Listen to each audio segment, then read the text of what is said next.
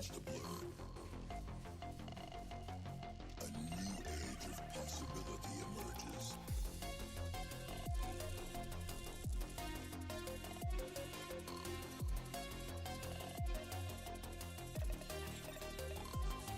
Where humanity is augmented to achieve what was once thought impossible.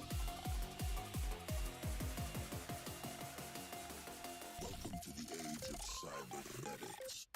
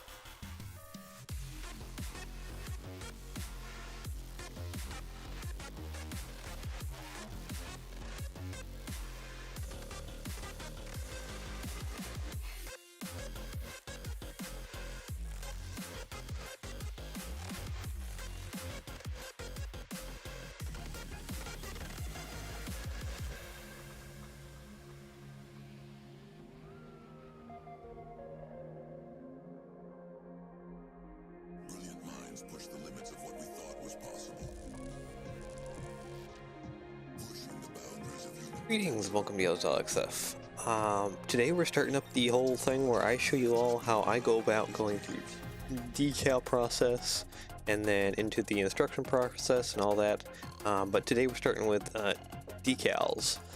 So yeah, before we get into that though, let's quickly go over to our ad spot and then yeah, we'll jump over into Studio first. Bricker Prints, your place for custom stickers and custom 3D printed parts. If you like what I do, definitely he does. He does custom stickers and custom 3D printed parts for my mocs and a lot of other creators' mocs. Make sure to check them out. www.brickerprints.com. Take a look around, support me. And yeah, enjoy that. And let's go on over to Studio. Also, welcome Virtual Train Stuff. Alright, so the way I kind of start out with decals is, well, figure out what scheme I want to do. And unfortunately, when I was checking while we were waiting here, the current poll is at 50-50. So I think the best way to do this, hold on, I'll bring you guys with me here, just a memento, is probably to do a dice roll or maybe wheel.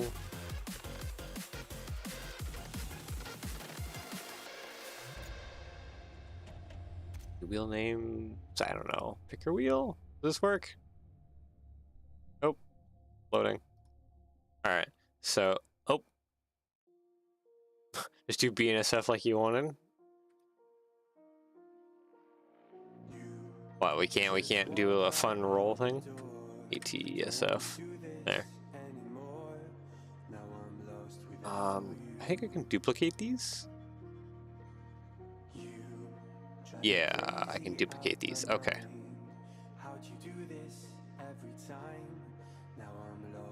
Can I just get these a little mixed? There we go. All right. Wait, but why do you say do BNS like you wanted? It's more fun like this. Oop.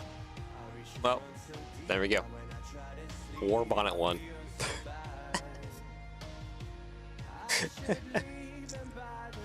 See? It's always more fun like that. Get rid of that. Alright, let me come back over to Studio here then. See, War Bonnet 1. ATSF 1. So, we're doing ATSF, which is perfect because that's the thing I was gathering reference images for. Actually, And the reference I have for is this guy. So the nice thing between what this is currently, I think, wearing the CN scheme. I typically win polls. Your luck is maxing out today.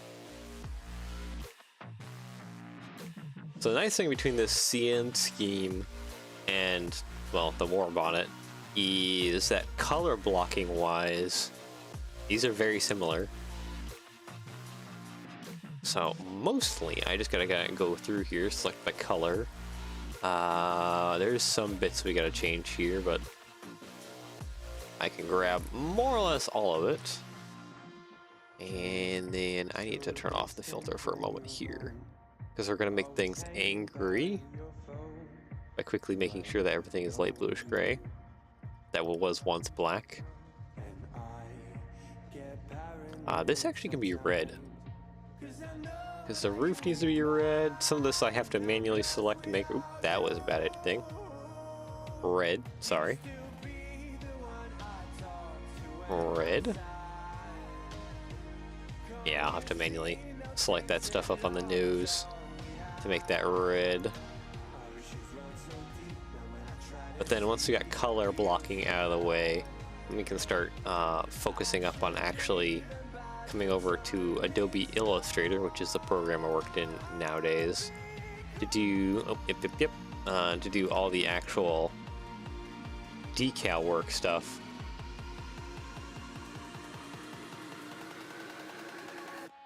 And light bluish gray, please. Bluish gray. Some of this venting back here too, I can actually I need to swap some of the colors on. First, it's color blocking, so everything that's black needs to be light bluish gray. Even the bogies, yes, yes, yes, yes, yes. Yeah, I know, I need to select all this light bluish gray. There's so much that needs to be color blocked to light bluish gray. There we go. It's just a little bit right there too. And then we'll go back through and fix the colors afterwards. Bluish gray. Front handlebars technically need to be yellow.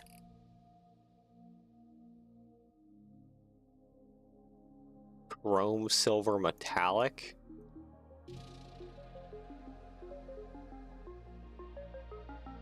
You would need to like spend a fortune on like Chrome Block City to get all that like chromed up. I don't think just anyone could do that.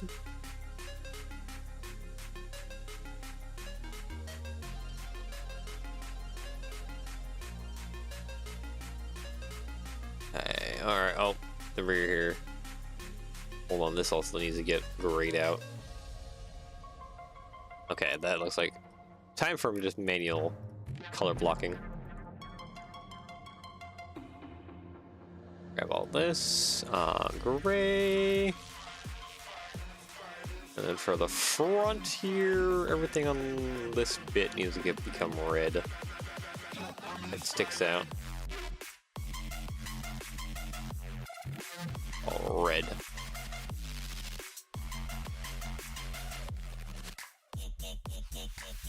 Ditch the BCCN ditch lights. Oh yeah. Let's see. Model, add reference image. Do I have a reference image for 600? Is this 600? That is 600. Yes, 600 doesn't have any of the little light things right there. Those little bits. Yeah. So yeah, we'll have to focus up on those details too.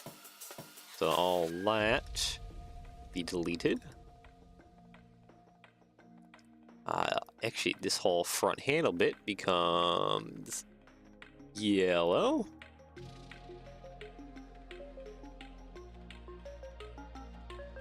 I gotta make everything that was key orange yellow as well too.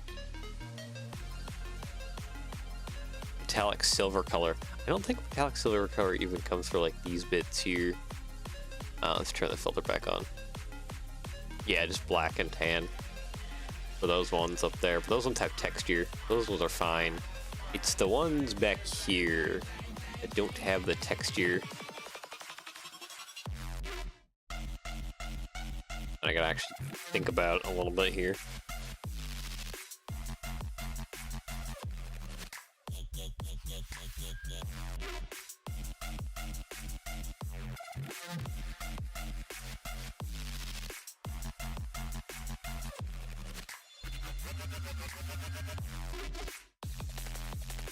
Alright, sorry about that. I had to sneeze there for a moment. Anyways, let's see here. So the vent bits, I think, are right here and right here? Or bluish gray?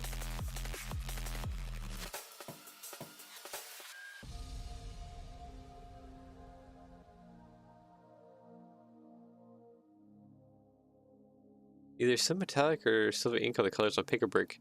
Oh, that I grabbed a piece. I want to grab the reference image. These are coming in silver? These like 2/3 locks?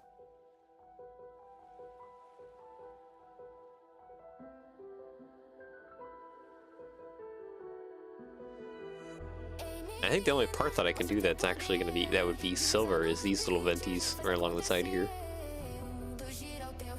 I think these ones come in, yeah, they come in a metallic silver or flat silver.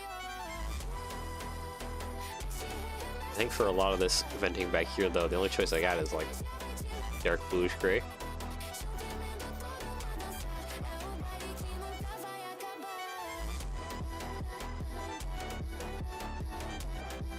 Not likely those, but give me a part number. Well, some of this is the 1x1 bricks and 1x1 plates. These guys, yeah, are 71752, the 2/3. That's what you used for all that venting right there in the back. These bits up here actually can be all dark bluish gray. 1x1 modified with a grill on it?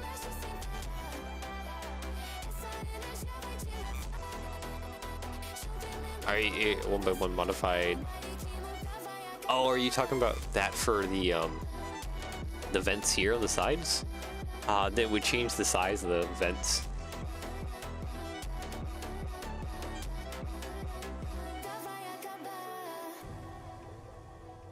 It would make the vents a lot more skinnier than the more squarish profile that they kind of need to be.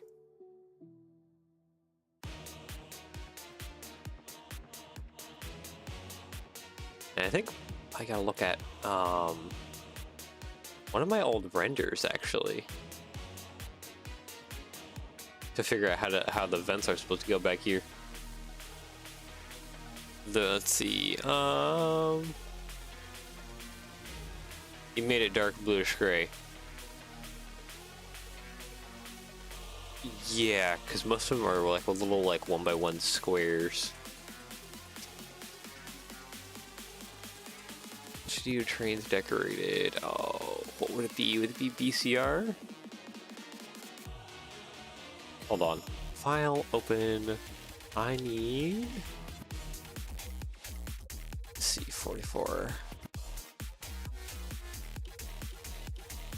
Oh wait, no, this is in Studio. Studio trains decorated. I need the decorated version. BC rail. I think BC rail. Lattice plates? Oh, there we go. Okay, so it is just a 1x1, so 1x1x1. Okay. Kind of need to reference this.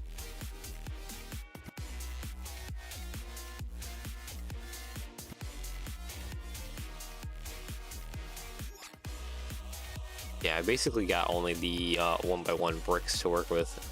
This is this guy. Okay, brick plate, brick plate. This bit needs to be dark bluish gray. And then the bottom here is what dark bluish gray. there.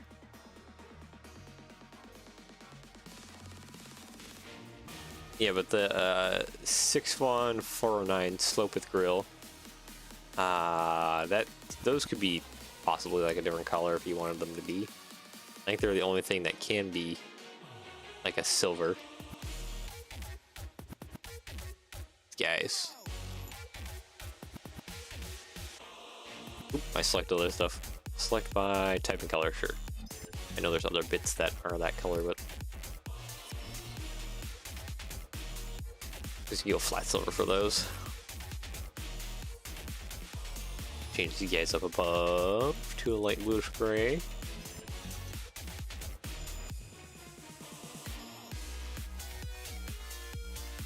Those could be a flat silver right there. Okay, and for the grilling, okay, so we got that, and then we go plate, brick, plate, plate. Right there. Plate, brick, plate, plate. Dark bluish gray. Oh, okay, plate, brick, plate, plate. Dark bluish gray. And then what's the last one? Brick and plate, okay. In the middle. Brick, plate. Dark bluish gray. There we go. Okay, got that grills colored out there on that side. Lego calls it silver ink. Okay. Okay, brick, plate, brick, plate, plate. So kind of a similar mirror on the other side. Plate, brick, plate, plate. Plate, brick, plate, plate. And then brick and plate. Boom. So yeah, that fixes that. Here we have decals, so I'll have to pull out the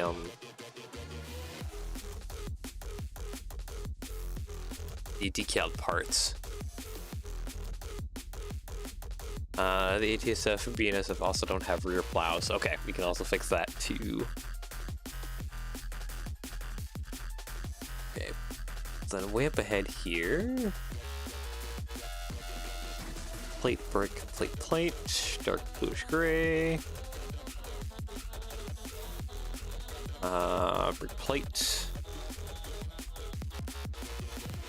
Go, dark bluish gray. The last one is 2 bricks tall? Yeah, 2 bricks tall. 2 bricks, there we go. BC rail looks great decaled. Yep. But one thing we're gonna have to do is steal. I'll have to open up my BC rail file and steal the grill decal from it. That's about, and we'll have to also grab the vent decals that I have made up for these things as well.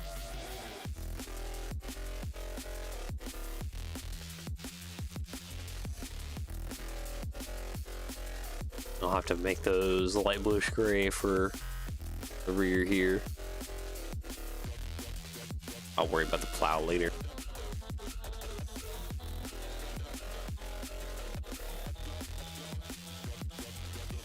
Oh, robotics rail fan. Oh, welcome.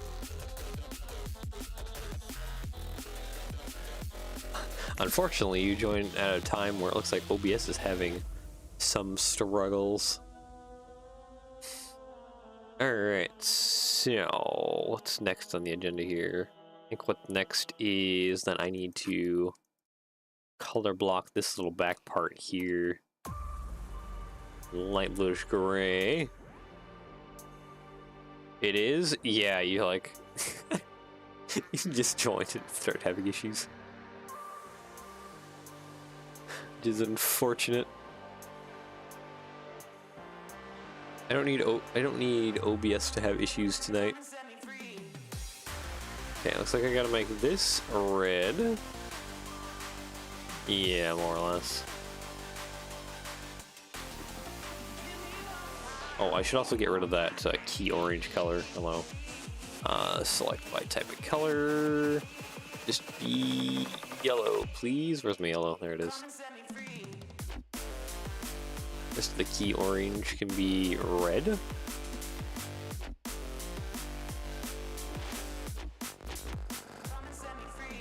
Oh, yeah. By the way, you gotta make the box bigger. One on the conductor side. Yeah, well, the one of the boxes is longer. You get the short box and then you got the long box. Yeah, this side's longer. And then this one also needs to be mostly changed to light bluish gray. There we go. That fixes that.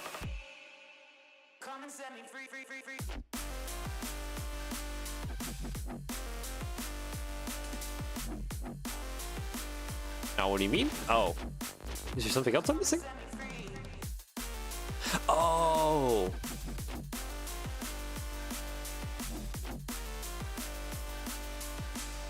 Yep, I see it right there.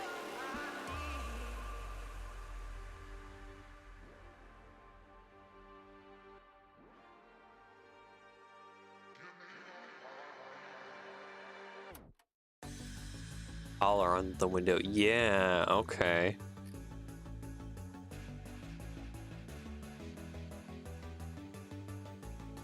There's also something else going on back there on the spine.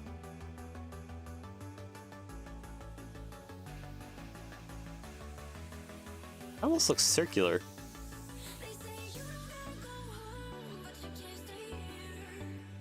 Huh. We may have to do a bit of a Google search here on the... Okay, I can just barely make it out here. The scale terrain's drawing. Stock. Yeah, but that one, I don't know. Maybe it's the photo, but it looks funky. Like, it looks like it's... Hold on. Let's see. Wheel tire accessory. No. This bit.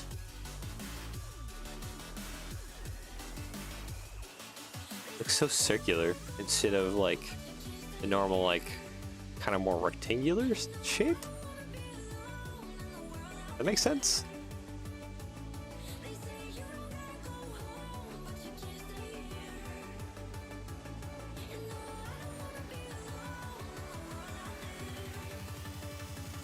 Oh, because C and B color are the only exceptions here.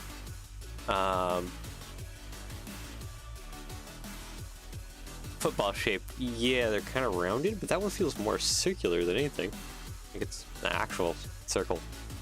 Hold on. Let's go over to screen mode here. Railroad. Archives.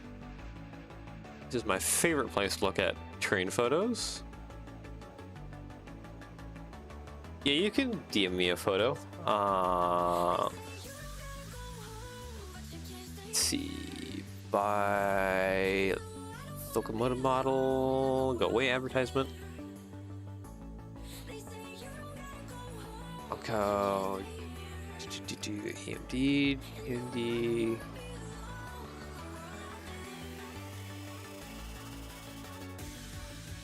No, not here. GEG. Here we go. C44-9. There it is. All ATSF 600. There she is.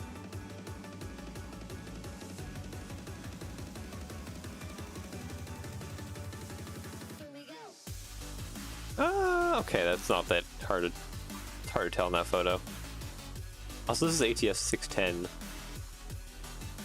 Oh, am I looking at 610? Oh, I am looking at 610. Oops, wrong one. 600. Facebook Messenger?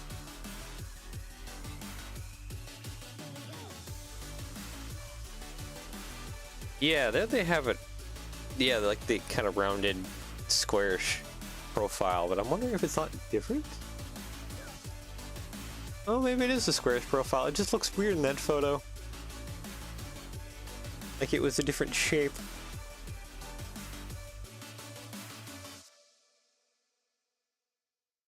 Yeah, Yeah, maybe it just looked weird in that photo. Hmm.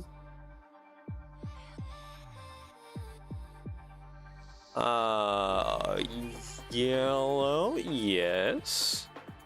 Guessing you DMs, okay. Which DMs? I have several. You're gonna have to specify. The angle and the carbon? Yeah, probably. Oh, there we go. Yeah, it's that rounded squarish exhaust. Okay. I wonder why in that photo it looked different though than the normal rounded squarish exhaust, or am I could just be looking at it weirdly. Yeah, I know, I do believe it is different. Cause okay, can I get a zoom in here? Cause the thing I'm focusing on is Dish 9 carbon stain paint peel. Yeah. Let me explain my reasoning here for thinking it might be some one-off special or something like that. Is because the base. Okay, the base isn't that pronounced here, and it doesn't really do anything too crazy. But you go over to Studio, that base right there is a lot different. It's like extra tall, and then this is like kind of like looks a little different here. I think that's what's kind of getting to me, because this base is like extra wide or something. There's a little bit more going on here. Kneel down on the ground. Really, it is the angle. Bends outwards a bit. All right. Well, I mean, I'm not gonna doubt you guys. I just feel like that's not like this one isn't like sitting over the edges much. I don't know. Okay. Wow, it does not like me being zoomed in this much. As delivered shop capped. Might be a cap stack. Oh. Okay. So it would be if it was capped, it would have something else as delivered. Okay.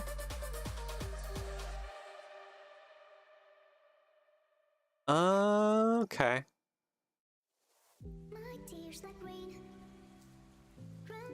Oh, there the stack is actually really clean.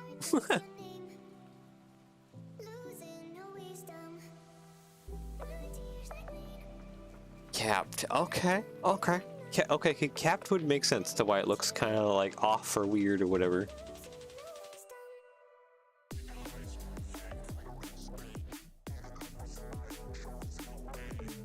So clean here. Yeah, I guess I'm gonna have to pull out some blueprints or drawings of a Dash 9 so I can do that little box edit on that one side when it was first delivered. Okay. Okay. Yeah, maybe that's what's screwing me up. Maybe it's capped. Okay.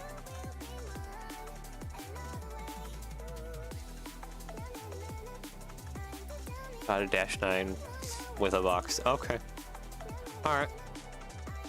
That makes sense. Alright, hold on. Let's see. 44-9W. Blueprint. Bridges. I need that box on the side. This is an AC 4400 almost. That looks like a giant box. These would have come out of Erie, Pennsylvania. If the engine was dead in tow for delivery, they might have capped it to prevent snow and rain from getting in the engine. Red one with the box you made?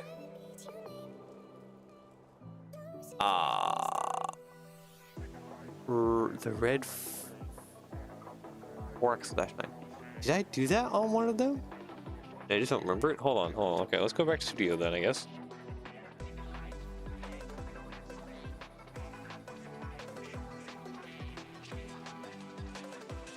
Yes. Okay, you guys are remembering stuff better than I can even remember my own stuff. Open. C44. Okay.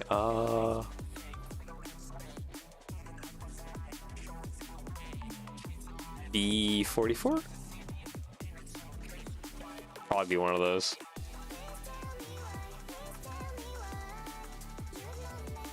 BB40-9WO. The BB40? Oh, yeah, the BB40 does have it. The taller box back here. Yep, okay. Brazil.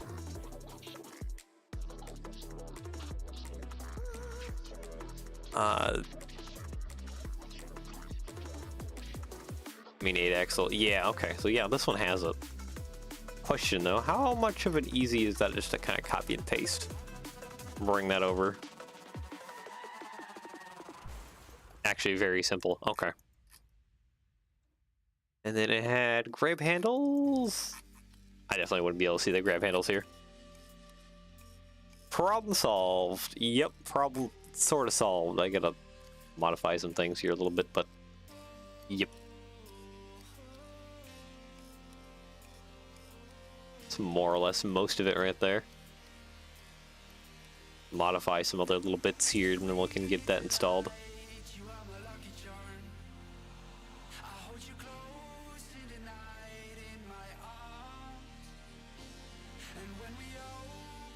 CWN colors. Yes. Today we're only just featuring the work that I do for decals and stuff for Santa Fe, but yeah, on my own, let me go ahead and just bring it over here so you guys can all see it. Let's see, where's my list at? Here we go. So this is my giant scheme list of every scheme that I will be doing for these things. So we've already done the C44-9WL. So these are done. These two here. We have the all ATSF, BC, BNSF, CN, CNW, CVRD, FMG. I have two GEX because they're two different, like, I think, demonstrators. I got HI, KCS, NS, QNSL, SP, and UP. And then we come down to the more export stuff. Well, except the CM44AC, got CSX and UP. C39-8, we got that one to do. C44 EMI, the BB40 9M, and then the BB40 9WM.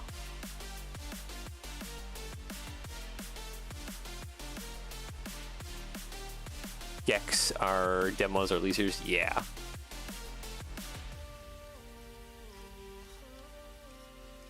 Let's see. Any standard cabs? Yes, this is the standard cab. This isn't the Canadian cab. This version right here is using the standard cab. So that'll come eventually. So yes, let's see here. Fun fact: GEX 8601 was bought by CWN in real life. Okay. That probably got repainted. Yeah. And I even have it all laid out too with like how roughly I think decals will be.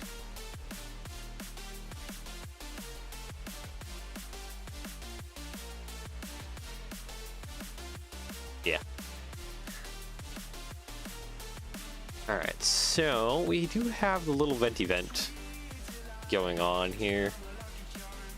And then the virtual train stuff said that there is a round vent at the top. Okay. Let's see. Just wondering, is there any images? Probably wouldn't be here. I probably just need to look up a -9. Not a standard cab?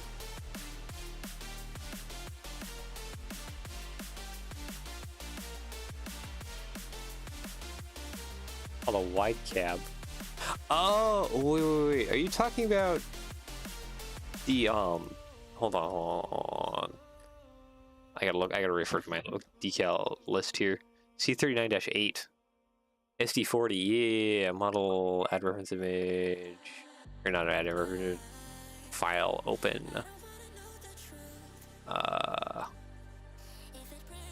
C30, no, where is it? Studio, C39-9 here, this test demonstrator thing?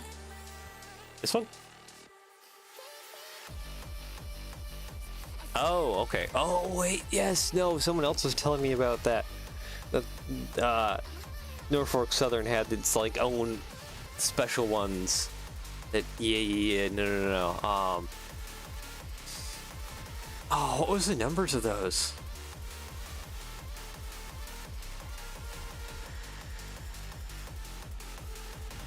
Yes, I was the one. Okay. You were the one. Top hats. C40-9. Yeah, Norfolk Southern 8. Yes. Okay. I remember these now. Yep. Nope. Wrong tab. There we go. NS 88222. Okay. Yeah, these one-off things. That's not a -9 unit. Give me a dash. It's there.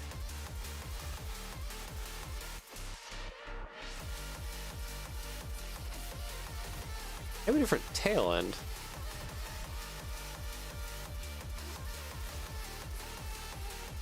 Okay, this will take a first photo. Yeah, I wish it wasn't the size of a grain of rice. That would help out. There we go. There she is. There she is.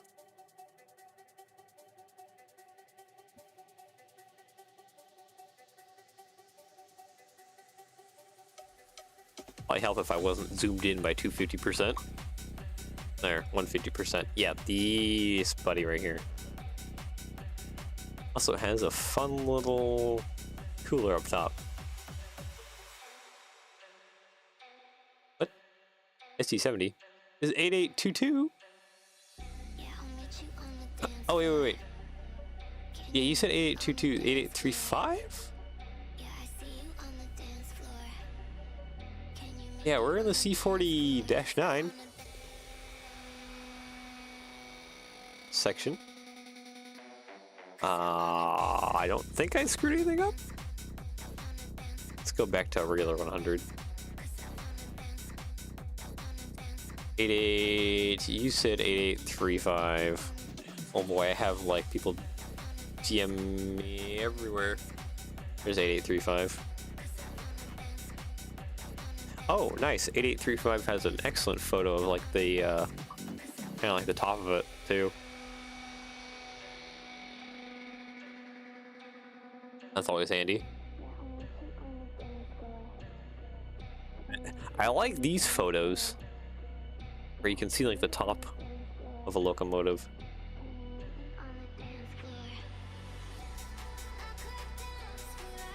By locomotive model, I'm just curious. EMD, no, GE, C, wait, C40-9, there it is. Post, go away, advertisement. Yeah, Norfolk Southern. Yeah, it's all Norfolk Southern. Except this one. This one's a -8. This one's a -8. Or it said -8. Did I click on the wrong one again? Oh no, they've like upgraded it. Okay. C40-9, but it was a -8. Interesting. Okay. Oh boy. IRL, all the C40-9s are all gone. GC40-9. Yep. Let's see. Yard said the Norfolk Southern top hats were dubbed the name top hats because of the AC box unit being placed center on top of the cab, giving a top hat appearance. Yes. Okay. All right. I guess we're all learning something today. I'm learning something today. That's for sure. All right. Back to the task at hand. Virtual train stuff. You said vent on the side and on the top. Yeah, I guess I kind of just need a better photo. Hold on. We're gonna go back over to screen mode for a second here. Because I just need to dash 9. Oh. C44, whatever. I just need a good view of that box, please. There we go. Okay, so there's a little vent like right in the back corner there. Okay. I see. And then this vent is kind of in the back there too.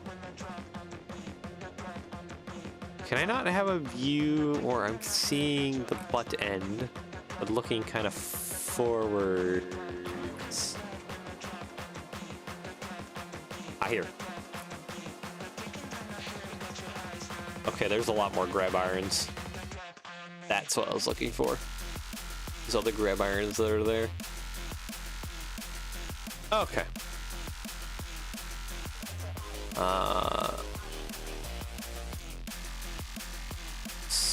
8705 is the C44-8. The first C40-9 is 864. Okay. Never mind. Okay, we're all good. All right. So yeah, I just need to make fixes to that box. Go back over to studio real quick.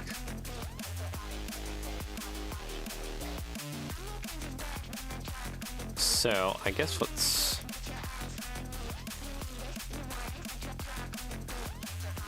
I think. Might have to rebuild how this box goes just to be able to put the vent and put the other vent on top. Yeah, I think so. All right. Boy.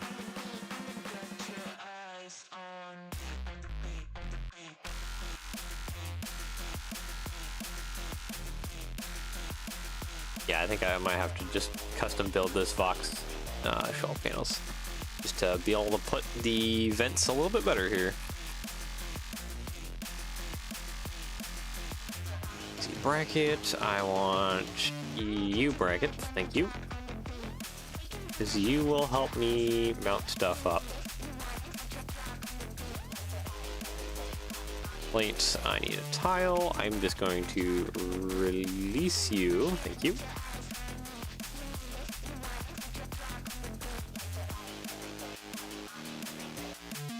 I need to actually put another 2x2 plate back here. There we go.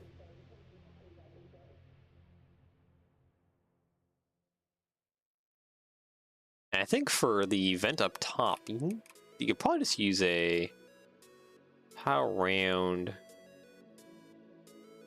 Oh no, it's actually probably smaller than that, isn't it? Just than a tile round decorated. Okay, so my second thought then is probably a saucer. This little guy could probably make a good vent up on top.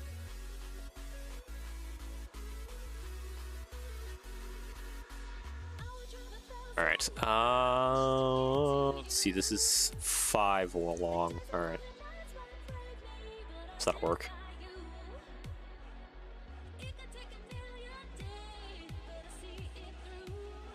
Plate.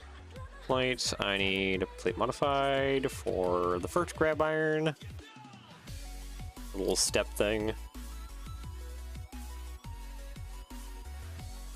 Ricks on the backside.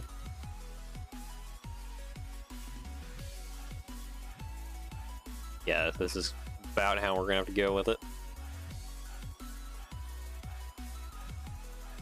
Swap that around. 1x4. And then the front is just gonna have to be mostly plate stacked the life out of it. I'm gonna go ahead and steal probably both these, honestly.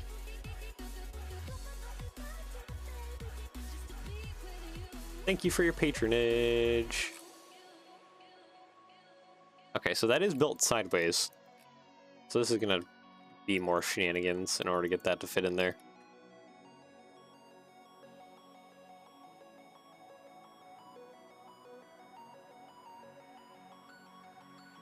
See how that does. Let's see here. I just need to, yeah, probably just copy paste that. And do it owned second time. That'll at least give me some decent spacing. Okay, how does that sit towards the edge? Probably need to plate it out.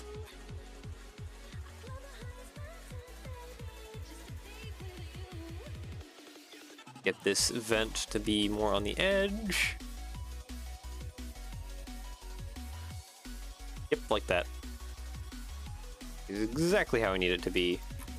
I do need to change a few things, namely being to lower this clip down a peg. And then I'm wondering the 2x4 double, how many colors does this come in? Unfortunately, not enough. Okay. Does not come in enough colors.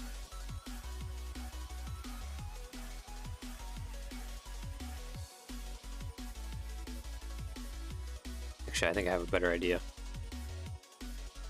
Yeah, I think I have a better idea for that side vent, because I do believe that side vent sticks out quite a bit.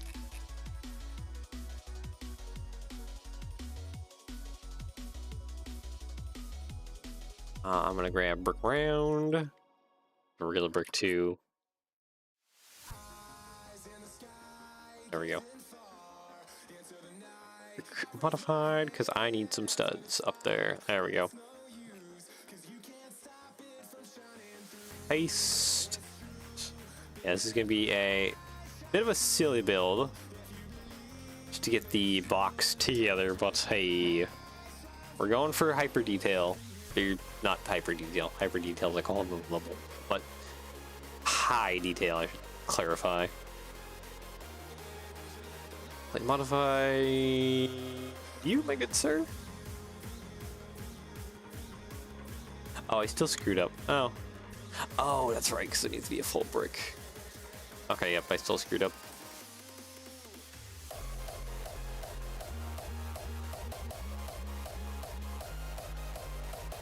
Then put that back.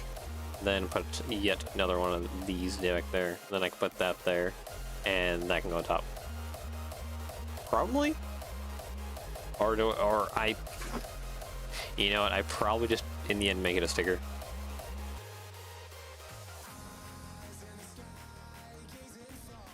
Much to everyone's annoyance, the top vent will probably just be a sticker. Because it'll just be easier that way. Go ahead and just throw these grills on the side. Oh, come on. Grab it. There we go.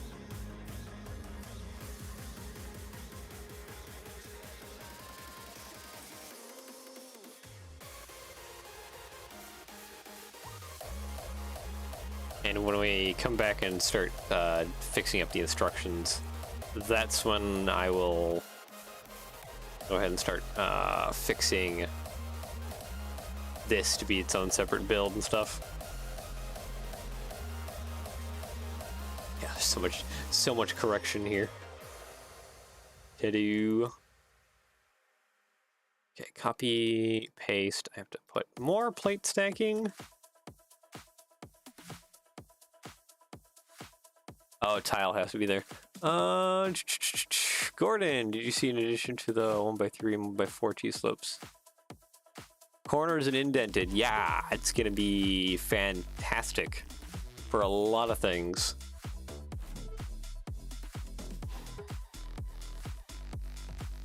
So I definitely look forward to those.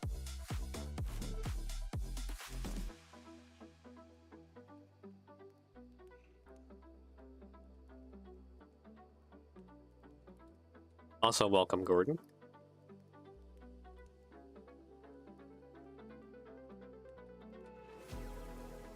You know, I think I screwed up a little bit. Yeah.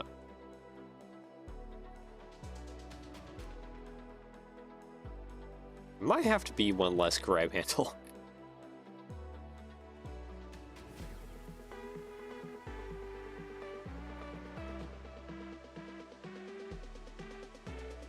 What goes inside the box you're building right now? That would be the AC unit.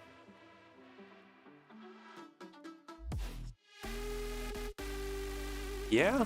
Yeah, that'd be the AC unit.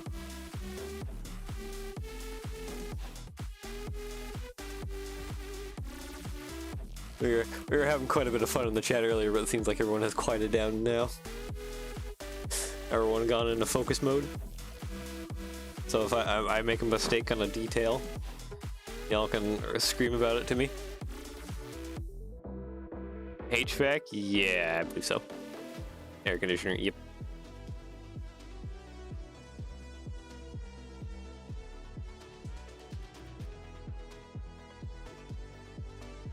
Let's see, 2x2. And I need a tile, please. Tile, well, 1x2. So I don't believe I can place a clip here. No, because it'd be inside.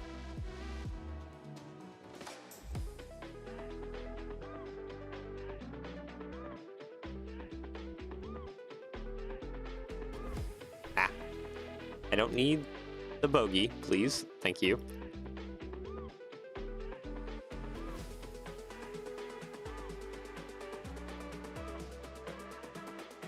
Actually, what I do that there? Hold on, there's probably a better way of doing this even. Like a lot better way of doing this. Hold on. Select by connect. Give me this block of parts. Thank you. And that's actually to attach the handrail bits to the actual side here. Stud will have to be on the outside edge. Yeah, hold on a second.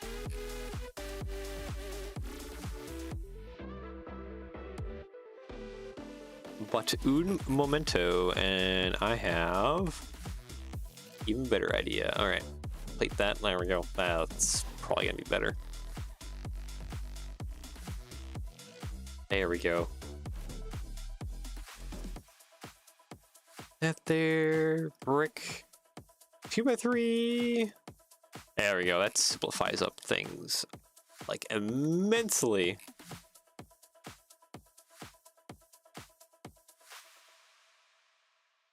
Cool. All right. I need the 2x2 copy paste that back. Let's see. I had a 1x2 tile here, but then I deleted it, so that doesn't work out. My 2 tile, and then let's grab. I just need one of these. Thank you. Plate 1x4, and let's just do plate round. There we go. Just stick that like that along there. Copy mirrored a few times. There we go. It sticks out a little bit far. A bit far. But it does look proportionate. That's what we need. Select by color. This can all be just light bluish gray. Besides the steps, which also probably can be just light bluish gray. There we go.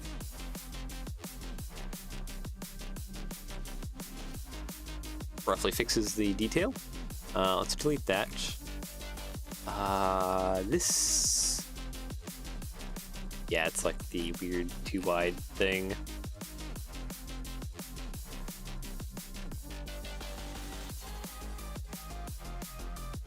Alright, so the last bits we need to recolor and fix are just the sidings here.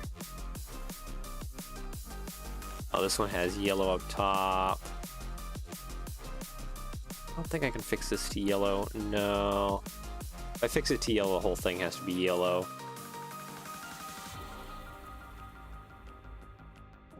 And yellow is just the side striping. Okay, that may be just it has to be a decal thing all over again. Okay, don't give me that. Give me this, please. Or no, that not yellow, red. Thank you. Finish color blocking in here. Then we can move over to Adobe Illustrator and start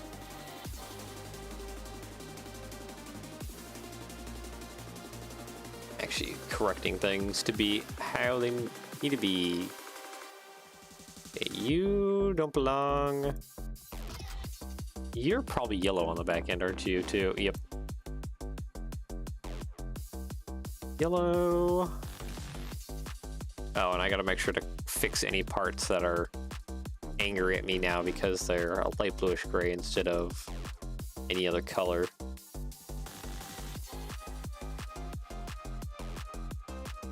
Red, please.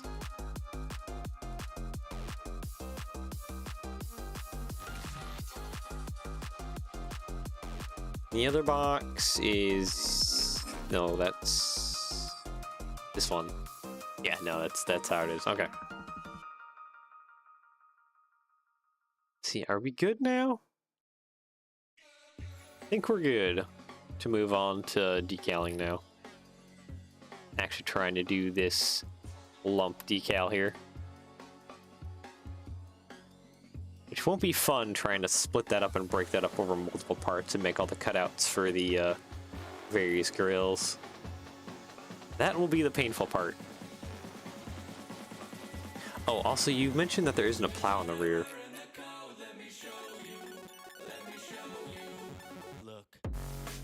Oh, these are gonna have to be two separate bogies. That's gonna be annoying for instructions. Why'd I release it? Don't release. Unlink. That's the better way to do it.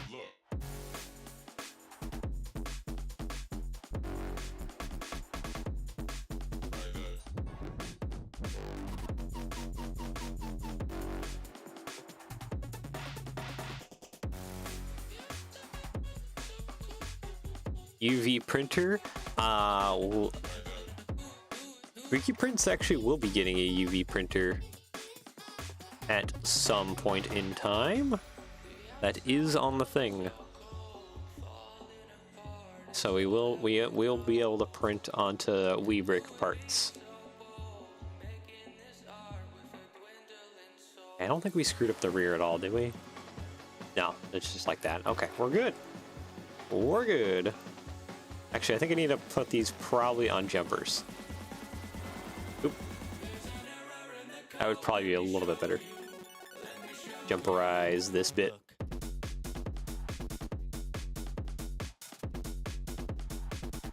Ditch lights by 2. No ditch lights. Yeah, this is the ditch lights right there. It just didn't have the ones up on the handrail. Welcome, Melissa Golden 1119. On the rear? Oh yeah, the rear doesn't have, at least according to the Scaletrans one. Yeah, okay.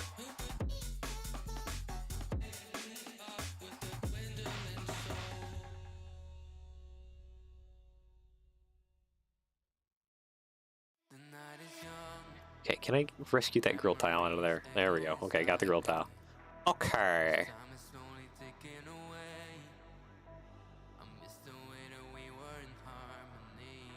I gotta actually, you know what? I'm gonna go. I need rear end image. so we can make corrections to the rear bogey plate thing. I need a better rear end image. What app is this called? It's called stud.io from Bricklink. I almost said Bricky Prints, but we're not trying to plug. It's on Bricklink. Yep. And okay, so just hot tip. If you're gonna do custom decals, you can be on, or you can, yeah, blah. Sorry. Yeah, you plugged already. I'm messing up my wording here. All right, so if you're gonna do custom decals, you actually want to be on version here. I'm just gonna type in a chat. Version. You can get different versions. So if you're gonna do custom decals and all that jazz, you want to be on 2.25.10, and then a little parentheses here, 5. You want to be on that version if you're gonna do custom decals. If you're not gonna do custom decal stuff, you want to be on. You can be on the newest version. And Gordon asks why. That's because if you update to the newest version of Studio, so far, this is just currently. This could change in the future, very much so. It breaks custom parts, especially custom parts that are across like multiple parts. So like if you do a decal across multiple parts, currently on the newest version of Studio, it breaks that. Also, parts that have like rounds or curves to them, it breaks it to it too.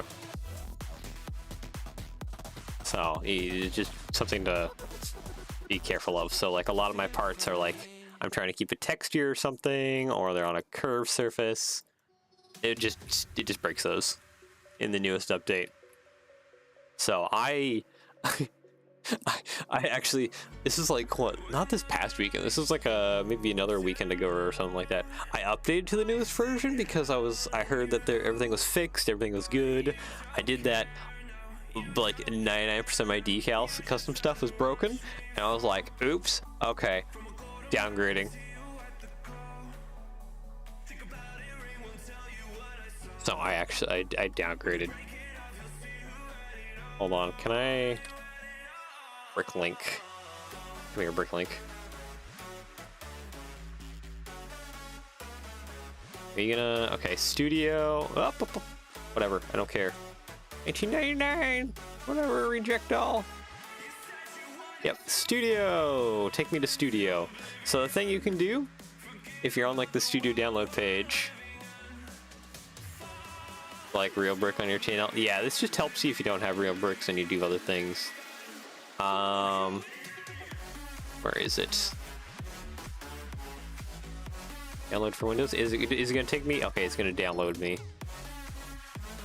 Change log. Take me to the change log. Alright. So yeah, we're change log, we're on. Has there been another update? No, there hasn't. So October 14th, I think is, yeah. October 14th is 2.25.10.5. This is the one I'm on. And you can download it right now for whatever Mac, Windows, or whatever you need.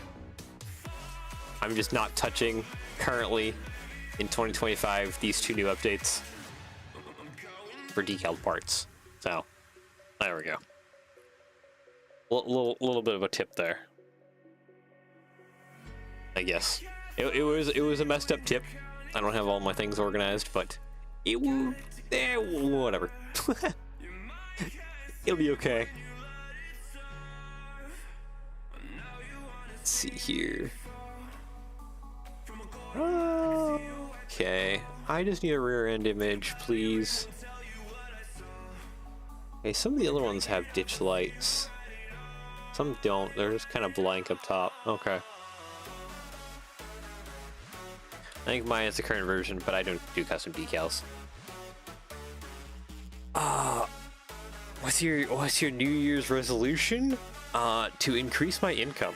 do more between China and YouTube just to try and increase my monthly income, because I just kind of need it.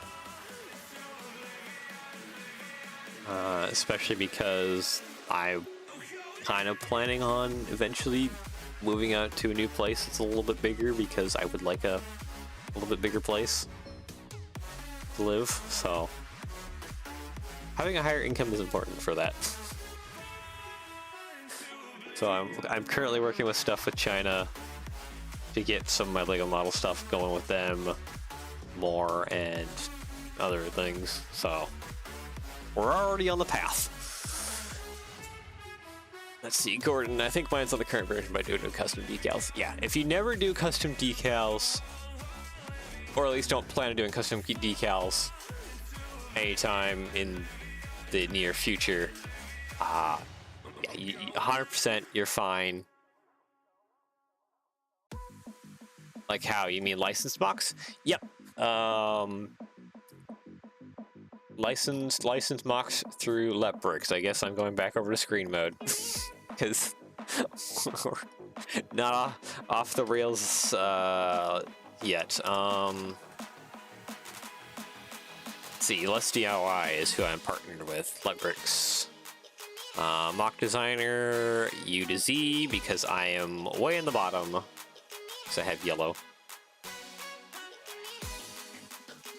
But yeah, they currently have my stuff up. Some of my stuff up. We have a lot more stuff licensed. There's just corrections and stuff. My stuff is, yeah, it's all over AliExpress. That's a problem. I have to go through and report it a lot of times, and people send me links and stuff. It is rough, but because I have the license, the nice thing is Let's DIY is a Chinese company. They can actually do all like the legality, actual China stuff over there. So it does give me a bit of protection and helps me more fight the other Chinese companies. Would you like me to send you links when I come across them? It would certainly be appreciated. You don't have to, like, just dig in and do it all the time, but, like, you know, if you do come across them, if you're browsing AliExpress or something and you send them to me, I appreciate them, I report them, and then I send it off to my Chinese person. I'm gonna sub to your channel because I like trains and Legos. Both combined. Yep, I do trains, I do Legos, I do everything. I am a mixed bag of shenanigans.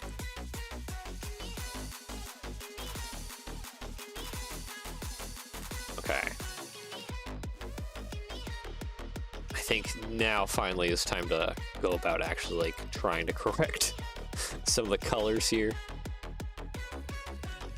So, like, most importantly, the airline hoses should be black, and then the couplers need to be black, and then the train wheels themselves. Yes, technically, these are only 4-axle bogies, because we're hiding everything, so you don't see a six axle in there.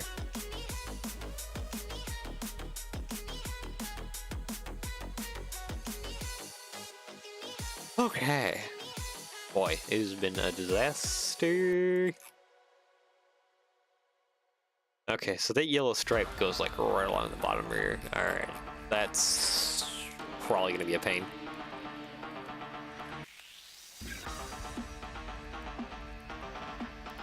In several ways. Okay, what is upset? A lot of things. Alright, let's go through and fix that. You Technic axles are upset because you're 6 long? What are you? You're probably like a 6 long axle or something, so black. That's the string. It should probably be black as well. Technically, it probably should be a gray, but all we got is a black. Slope. Oh, that's a decorated slope on the inside. Black. Those are, oh, ball sockets. Yeah, those probably shouldn't be red.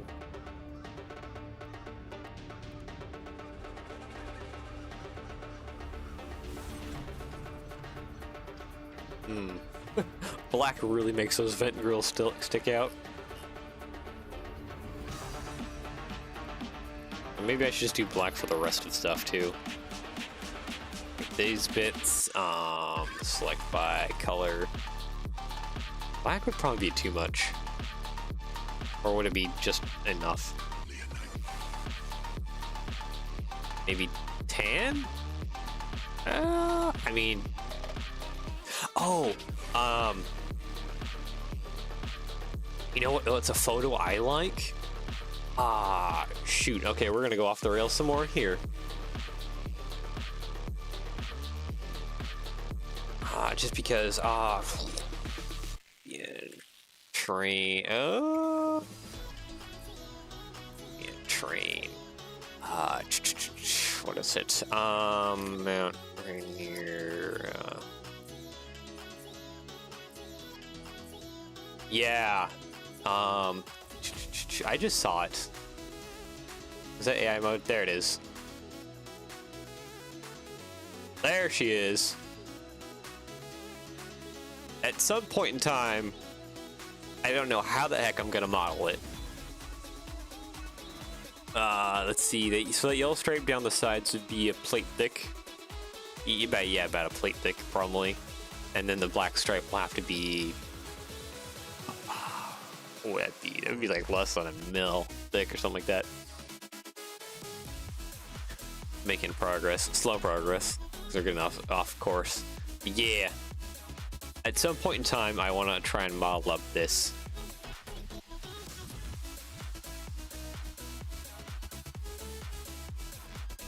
The sander cement style, except it's not sander cement. This is when Mount Rainier erupted. So this is ash, just coating these engines. Volcanic ash, just absolutely coating these engines. So that's what this photo is of. All these BN units. Yeah. Actually, now I'll catch you next stream. Alright, sounds... Mount St. Helens. Yeah, Mount St. Helens. Okay, yeah, that's the one. Not right. Mount St. Helens. Yeah. Yep. Oh, I feel like my brain is like a bowl of spaghetti. It's not very cohesive. Yeah, no, yeah, you're right. Mount St. Helens. That's my mistake. The correction. But yeah, so at some point in LEGO, I would like to model this. It would either just be a heck ton of stickers, or, and I know I'm gonna get poached for this, I bring out the model paints and I weather a LEGO locomotive to be like ashified. I know that would probably get me extremely hanged.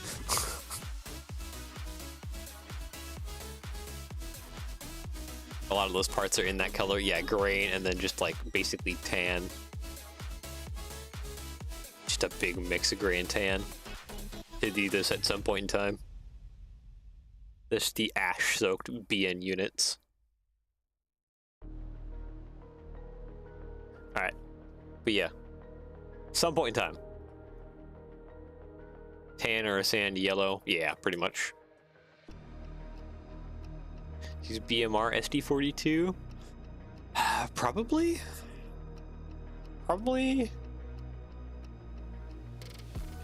Yeah. At some point in time, I would like to do the ash-soaked BN units.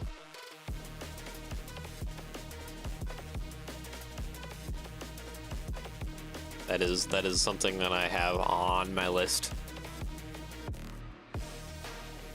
They'd certainly be unique models, yeah. I think that's kind of the most fun part about them. SD75I? Or is, wait, no, that's an L. So I'm gonna go search up what the heck an SD75L. That is a weight scale. Can I get the locomotive, please? I? Oh, okay.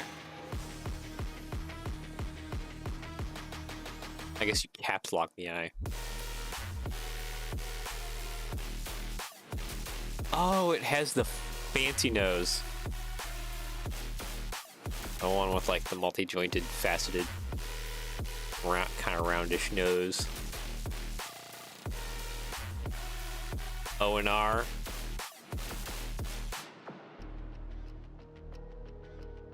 Okay, okay, okay. SD75L.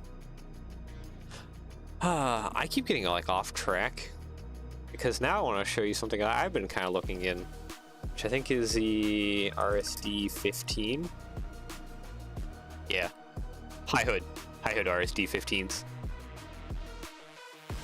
These are something I'm kind of looking at and making in Lego at some point. And then the RS 11 as well. I'll call RS 11s. Something I've had my eye on, you know, for a little bit now.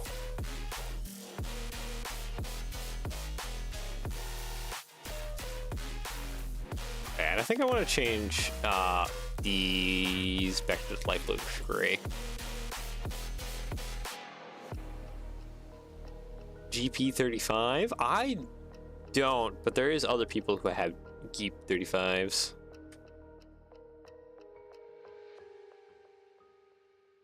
35s. No, I have like the Geep 15 or something like that. FP7.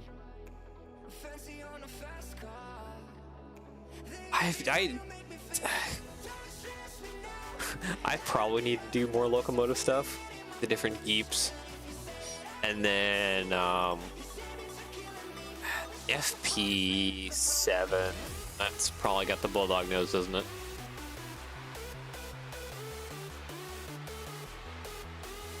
Seven AU 7. Yeah, that has the bulldog nose.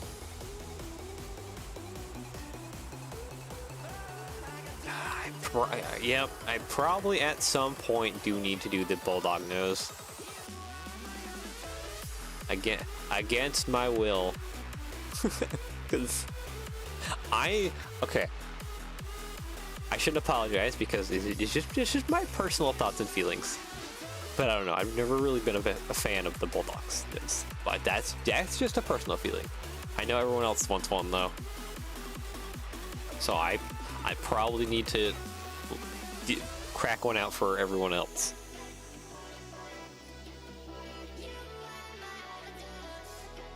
These aren't in the center, are they? No, they're offset. Okay. That's the only reason why I can't put grab handles along the rear there.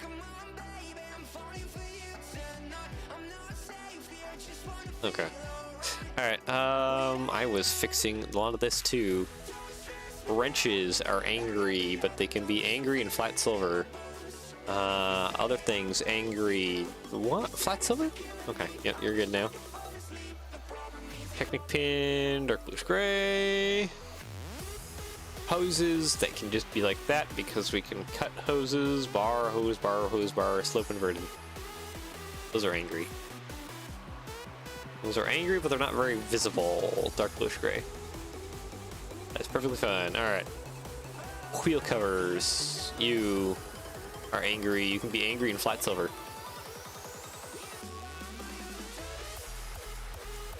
Yeah, okay. So the rest of this can be just angry. Because cut hose. Okay. I think without further ado, we finally have our base colored Dash 9 in Santa Fe colors. Oh wait, why are you gray again? You need to be black. Thank you. I would appreciate it if you were in dark colors. Save lol. Okay, yeah, I probably do need a save, except save as. And save this as Dash 9 C44 Dash 9 ATSF. Let's go ahead and just say that like that. Boop. There we go. All right. So finally, let's get rid of that. Let's get rid of that. Let's get rid of that. All right. So the first thing I need to do is actually, I need to get some screenshots real quick. This isn't going to be the easiest thing because I need a plate way off to the side of the locomotive, and this is for scaling things. So I need, oh, that is not going to be, okay, whatever. You know what, I can grab that. I can grab that little plate. Move that out and move that down. Out there, that's fine.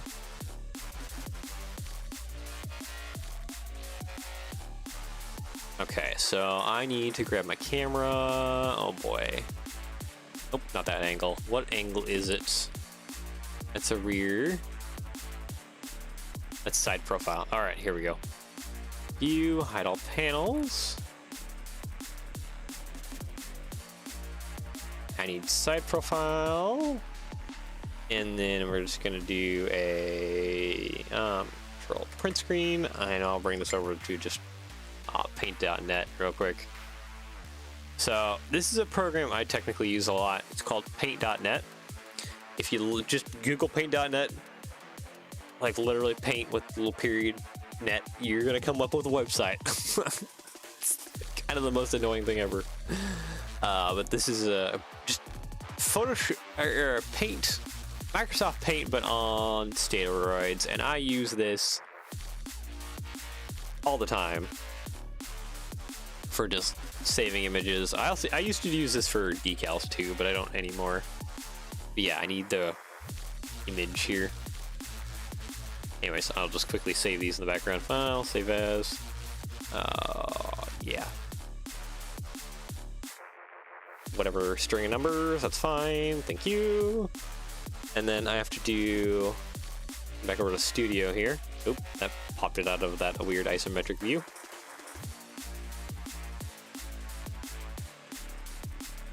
And then I have to do this again because I need another one with the reference square. That's what this is being. This is my reference square. The decals. That's on this plane here because we have two different planes to work with because we have the skinny body and then the wide part. So again, a little bit of side view. There we go. View, hide all panels. Grab the large isometric view here. Or not isometric. Isometric's at an angle.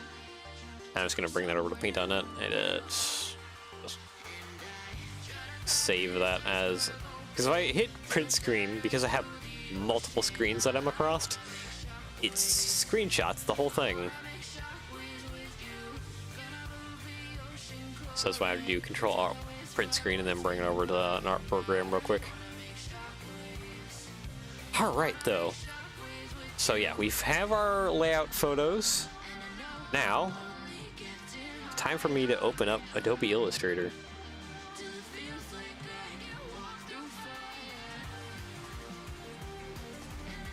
I use iFriend View for screenshots. Oh, is it like a program or something? Okay, so you're not gonna have this. I have this though. In your, I think it's in the preferences, I believe. Guides and grid. Yeah. So you can set in preferences here. Yeah, free download. Ah, okay.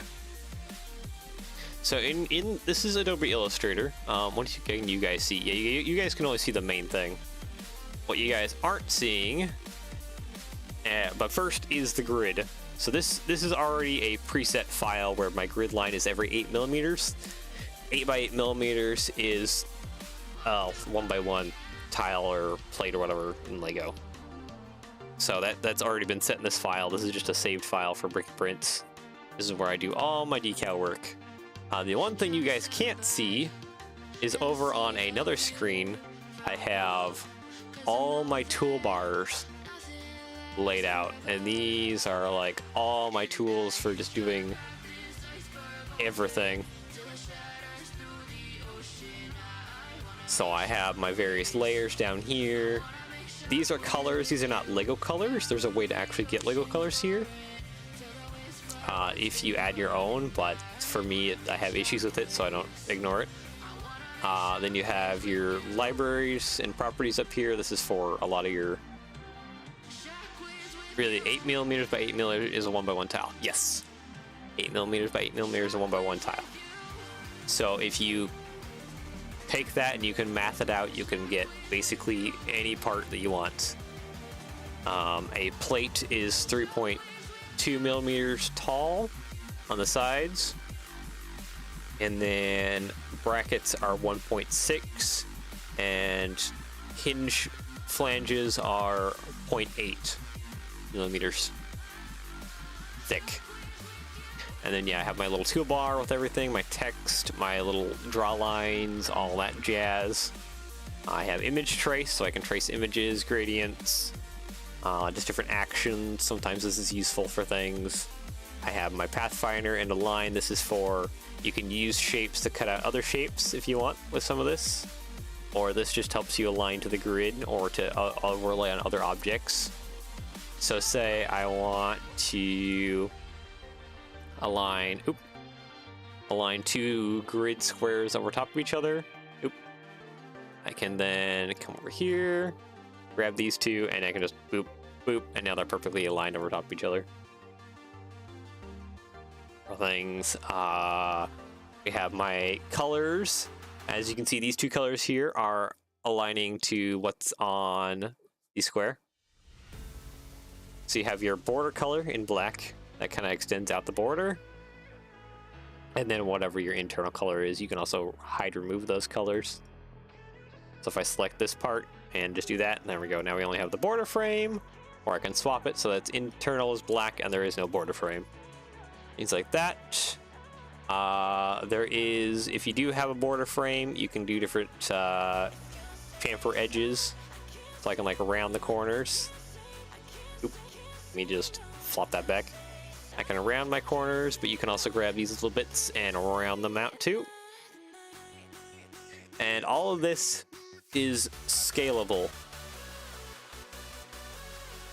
See, I can change the dimensions and stuff too, which is good because if I have like a logo or something, I can then take that logo and just change it however I feel.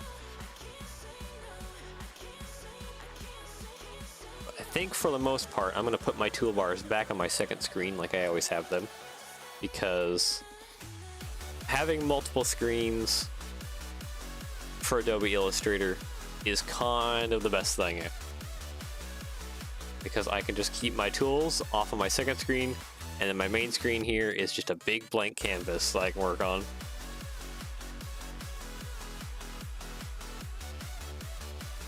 Alright, so file, I'll just file open, let's see, downloads, let's just grab my two views here. There we go, copy.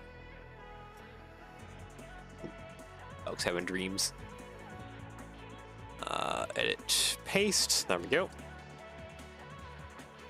Need to zoom out a little bit, there we go. And is it? Yeah, so I can already see here that my little 1x1 square is not fitting to this. I need to find, there's one of the points right there. Need to find and adjust this image until that little 1x1 basically more or less fits inside of that square on the grid.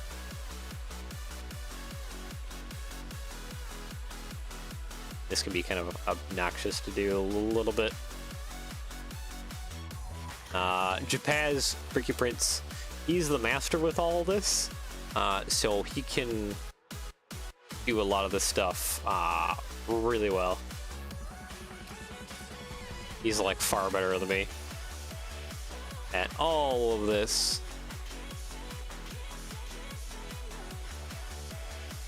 Copy, edit. Okay, I see how this works. Yep.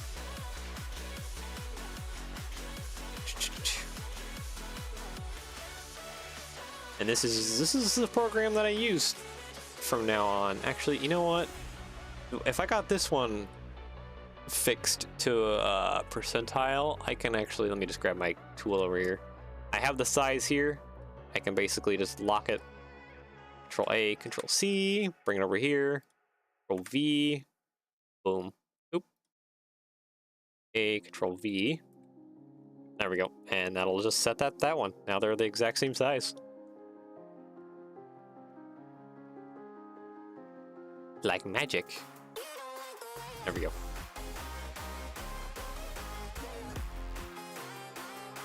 Alright, so this one down here, just for my own sanity, I'm going to put that. I cannot see that text because it is microscopic. We can make that text a whole lot more bigger. Okay. So this is the main body. And this is the box layer. So that is my box layer, and this is the main body. That just labels it so that I can even just put that on there, so I can see them. So now I know that if I'm working up here, I'm working on the box layer, so everything is good there. And then this is the main body. I want to make sure that everything is scaled appropriately, which can be challenging. Actually, I think because these are two different layers, is it the same? Okay, maybe it is the same. Maybe it's okay. Maybe I didn't need to do the layering. Sometimes I do, sometimes I don't. It's all over the place. Anyways. One thing I want to do too now is actually I'm going to grab the yeah, let's just grab the scale trains image, because I want to copy this, edit, paste it, and I would like to change its opacity to probably about 50%. Usually I can find a blueprint or like a very good side-on photo of a drawing, but this just helps too. And I can hopefully just kind of more or less overlay the two and get real dang close to what I need. Kind of more or less like that.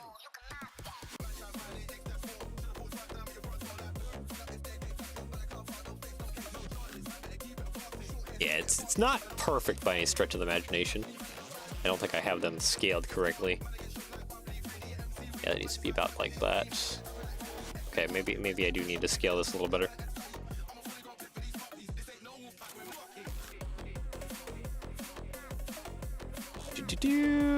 There we go. Just want to scale up the red and yellow line so that I can... There we go. Okay. Try to scale things up here best I can so that I can kind of... I don't need to trace out the logo. These logos like this, the nice thing about them... What is Scale Trains? A decal company? They're a whole train company.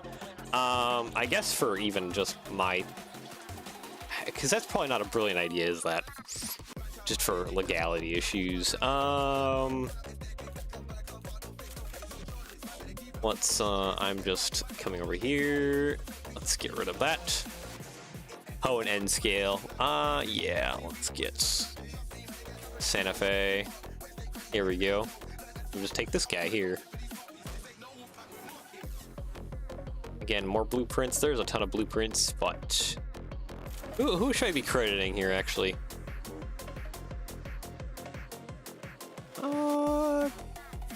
Cascade Rebuild Center? Oh, are they doing... Oh, hey, there's a B unit up there. That's nice. I like that B unit. There's a triple axle B unit too. Anyways. We can even just use this. Sometimes you can get real life photos of the train sideways. I wonder if I can, ATSF, there we go. Is there even any, like, good image of a real train? Not really. Seems like more or less you're gonna have to go from some kind of drawing or scale image, or even just these photos to get something that's sideways enough. Yeah, there's scale trains right there. But I ain't gonna be 100% honest with you. I don't think there'd be an issue. I don't think there's any issue you've created scale trains. I don't think I've necessarily actually credited them for having the original drawings, but yeah, they do have the original, like, A thing. This is Kato's. You're just referencing the image a little bit. I am tracing it a little bit too, which I think is where legality problems come into play. But maybe I'm fine. But I don't think there would be any kind of license to just this shape, per se.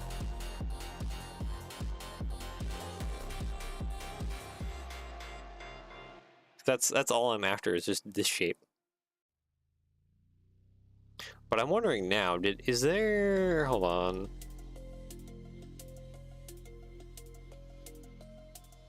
No. Can I see just a real life photo, please?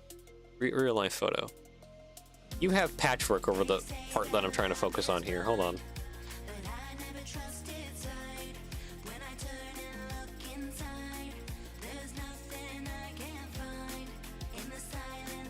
Literally type the decals. Yeah. ATSF 600, hold on. There's one thing I'm looking at. I just need this image real quick. Actually, no, we have the image. Ah, what am I doing? Okay, so yeah, the yellow bit, the part I'm focusing on here, is that the yellow bit as it crosses over on top of here does not go over top of the full box, which I think, yeah, does not go over the top, because the full box is back here. So this is more or less like perfectly aligned.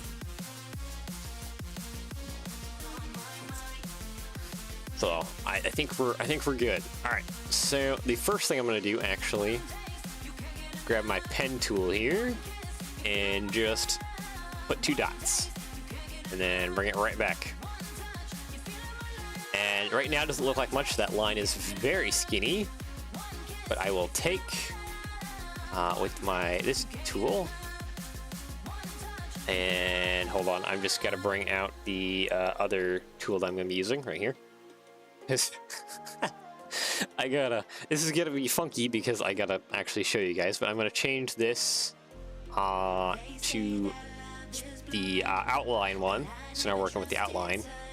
I can grab my curvature tool and actually start flexing this and trying to make it match the curvature to the best of my ability. Actually, I should have done this a different way. Hold on. I messed up. Let's do a new line out. So I'm gonna grab point right there. I'm actually gonna point it down here because this is where it flattens out. And then flatten there. Make a triangle. Go ahead and... Actually, no. Hold on. Okay, make a triangle. I want an extra little dunk like that. Because I can grab my curve tool, drag this down here to match that. Invert it to where I have the line, and then for now I can actually drag this where I want. And the thickness isn't correct yet. We will fix that thickness. I think we want to change it to about 0.8 of a millimeter. Yeah, that should get us kind of most of the way there.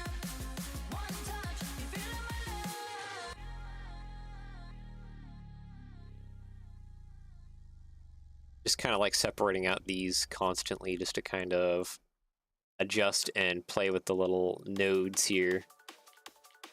I think I need to just do a little bit more like that, right about there. That's probably better. And then because I basically have an overlay of two nodes, I can just overlay it on top of each other. Then I need stroke and stuff here. And this is where I can change the thickness of this line. And I want to change this to 0.8 millimeters. I think I'm just gonna manually type that in. 0.8 of a millimeter, and there we go. Hold on. I'll be right back. I think the dogs do actually need to go to the bathroom. I'll just let them outside, and then I shall be back.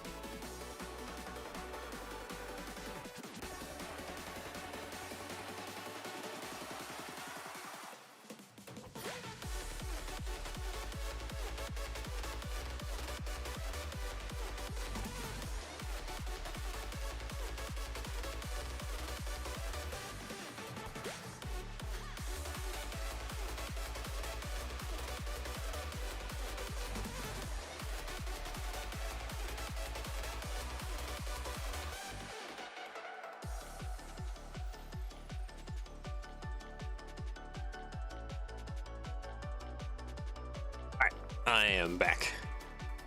So, to continue with this black line, if I wanted to, something I can do is, I believe it's an object. Yeah, object expand. I can expand this to fill the full thing to make this more of a solid line object, but I don't really need to do that in this case. This is pretty fine as is. One thing I can do is extend the line past these points, just because, well, for the decal, we'll end up cutting it at a certain point, and it's better if these bits just kind of extend past the cut lines.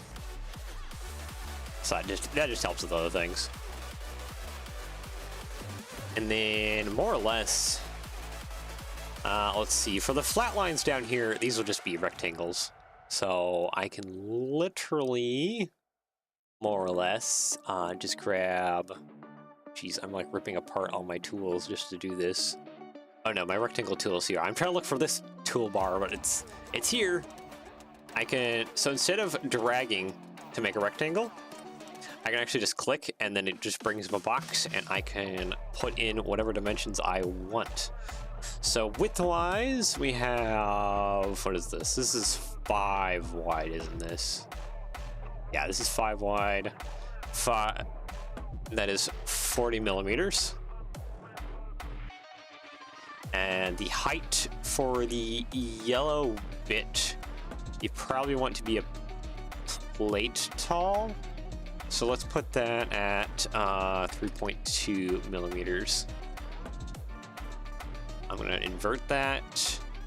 And then I need a yellow. I'm going to go, actually, not there. Let's go look at the Lego colors. Let's see. Images. No. What am I looking for? I'm looking for the rebrickable color palette. Is this the one I'm looking for? Yes, this is the one I'm looking for. Yellow. Bright light yellow, vintage yellow. No.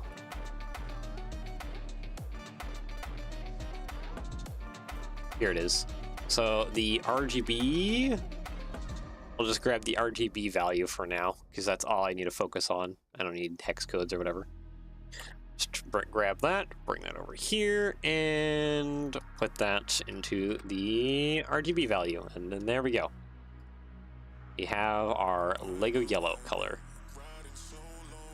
Grab my little arrow tool thingy, and yep. I can just layer on over that.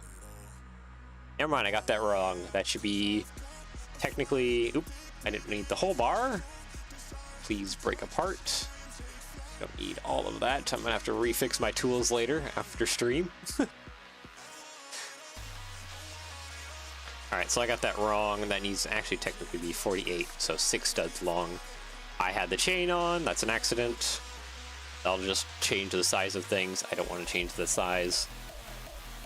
I just want to keep it at about the plate tall, because that's about correct. And then basically, I can then copy and paste it second time. If I'm holding control, I can grab a corner and then just snap it to the other one. And then I'll probably want to break this into multiple lengths. We're at 6 long. I should probably just up it to... what's not an obnoxious length? Probably around 10 studs long, so let's just go for a flat 80. Grab control and snap it there. Copy, paste. And yeah, this will end up being multiple decals that you'll have to overlay instead of just being one obnoxiously long one. I don't even think... Actually, I might be wrong. Bricky Prince might be able to do like an entirely long one. Or I can even merge these two together to do a... using this tool here, Pathfinder, I can actually just merge these two together, and now they're a solid piece. Now we have technically a 20 long sticker. Oop. I want that copy. Oh, I'm doing things. I'm messing things up. There we go. I got it now. Okay, 20 is too long. Let's see, 88 is 11 long. Oh, I gotta like remember my multiplications of 8. If you can remember your multiplications of 8 up to as high as you possibly can get. You can make long ones because I have ones 27 studs in length. Okay. Hi, Austin. Or Austin. Welcome. Alright. Drop that to 80. Let's see, that's 80 plus 6. Oh boy, how many to calculator? Because my brain is not alive for this. So 10, so 16, so 8 times 16 equals 128. So we're at 128 millimeters. Nope. Wait, no, this got shoved backwards. Nope. Not 128. We're at 120. It's about a stud less. Oh, okay, so we have like a fractional bit. Where do we get a fractional bit from?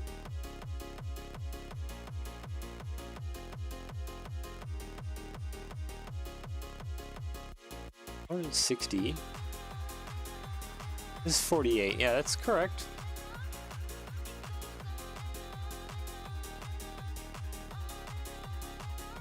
The heck did I get a plate from? I guess that's my question. I see on scale trains though, it just ends. Does it just dead end in real life too? Oh yeah, it does. No, it just dead ends. Okay. It doesn't even like wrap all the way around. I do need it to come forward just a little bit, so we're probably dealing with about maybe like 124 millimeters.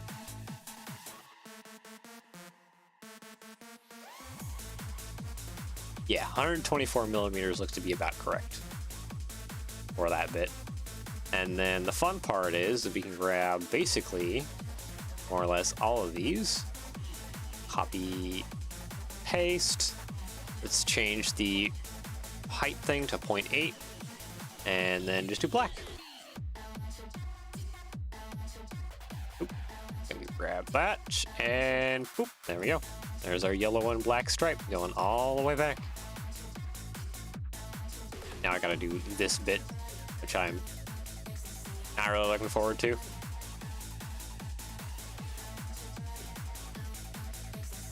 And I also gotta do this bit too. I'm gonna have to. The thing is, I'm gonna have to cut these up into pieces. Doot, doot, doot. There, okay.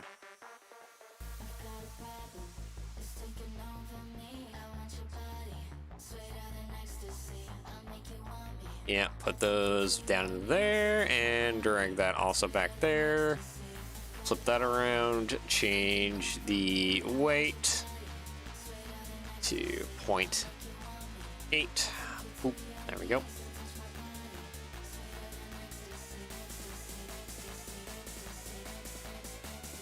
This might be one where I need to do something a little bit more hybrid to get things to like more happily align. Also, zooming in does help these things, and I want squares.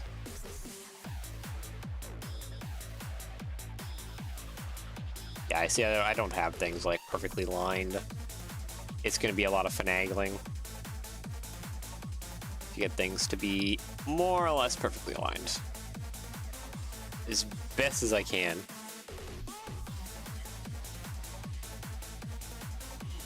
I can still see that things are not great from both ends here. This one, that can actually just be deleted. I don't know why there's... Oh. I want the selection tool, please. Thank you. Actually, no, I don't want the selection tool. I need this guy. That way I can try and change that to be a little more straighter. I guess I never really straightened out, like, a lot of this.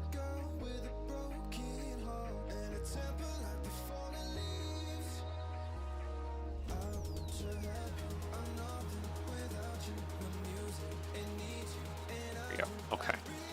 Nope. Ah! Thank you. I just need that so that I can align that to that bit best I can, and then just trying to align these bits. Yep, so there's more or less most of our black stripe. I will have to expand these so that I can slice and cut them, because like going along, let me just hop on the studio here. Going along the top of the box here, I want to say that the yellow and black stripe just kind of goes across. It could not also. I guess I'd have to look up real life images of it though. See what the top of the box looks like. -9 TSF. Because I think on the scale version, actually we could reference scale trains. Because yeah, scale trains doesn't have the yellow line going across, but that doesn't mean that they didn't in real life. The problem will be trying to find a non-scaled model photo real life of the top of the box.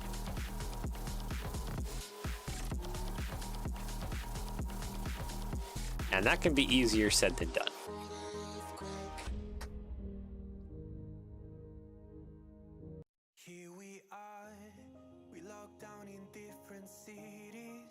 I don't even know if I can get a good angle here to be able to see it. No, not really. I need like a high angle looking down on top. Here we go, actually. Oh, but you're the one that got repaired. No, I don't need you. No. You're the one that has that, like, orange box area. Oh, but you're perfect, but this is, like, perfect angle, but you're the orange one. Oh, hello. Are you the orange box? You're the orange box one again, too, aren't you? Much to my annoyance. I think you're the orange one. Oh, that is... No, that is... I thought this was the link to us. That. I guess not.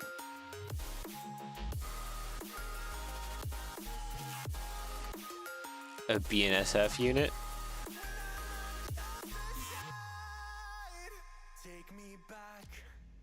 Oh, it's the ATSF cabinet, probably. Oh, wait, because you're saying it's orange, because they had swapped. Yeah, there's even a model of it right there. The orange box along the side.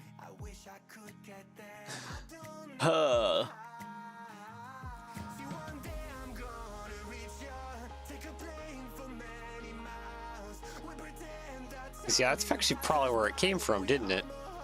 Now that I'm looking at the BNSF, like, wait a minute. That's literally probably where that part came from, too, was some kind of recycled BNSF.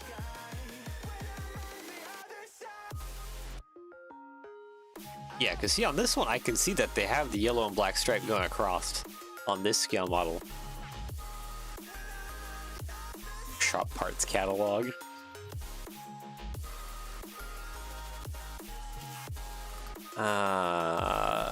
Let's see, maybe we'll do BNSF4 bonnet.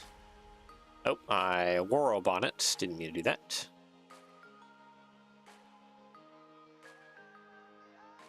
This one has the red one. Wait a minute. Wait a minute. Hold up.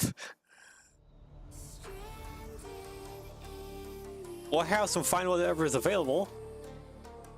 They got swapped. Hold up. Is this? Yeah, I think this is a real photo of a real legend. They got swapped. Who the heck is behind that? Oh my gosh, they're everywhere.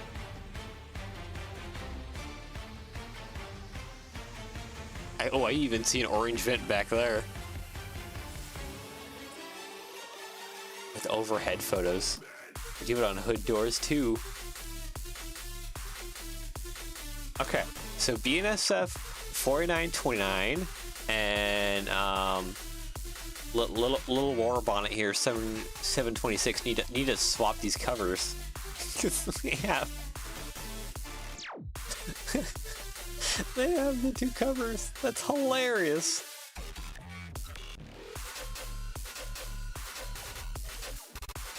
ATSF 605. Oh, that is a link that is not linking. Hold on, I will look that up on my phone since you linked it there. Let's see what I can get here. Let's go.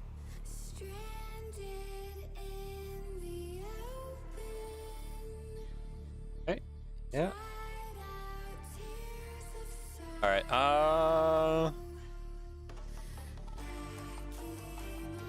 okay. So Gordon, I do appreciate it, but small problem. This is a scale model. I was hoping to find, like, real life photos.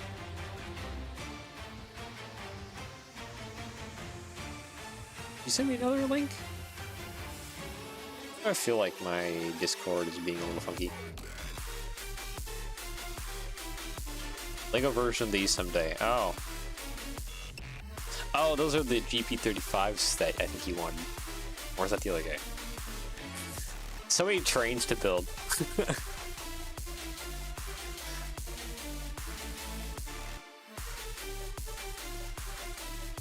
Ah, boy.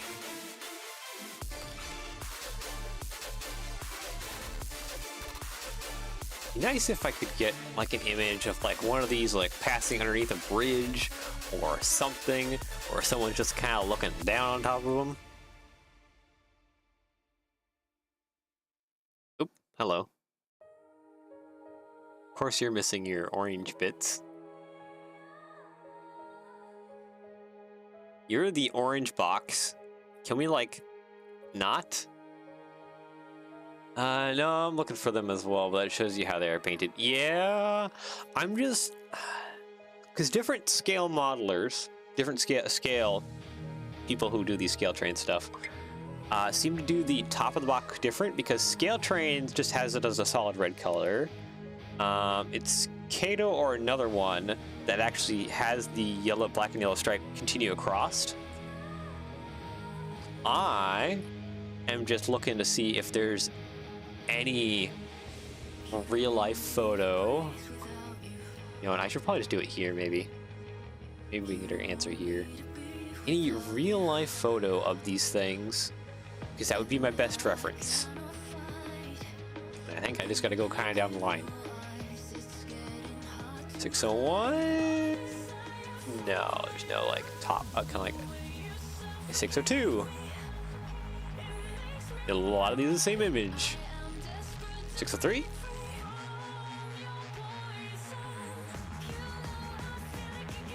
Okay, hold on. Okay, if I can, this has to be a high resolution image. Okay, wait a minute. Can I? No, I can't make it out there. Okay, nope.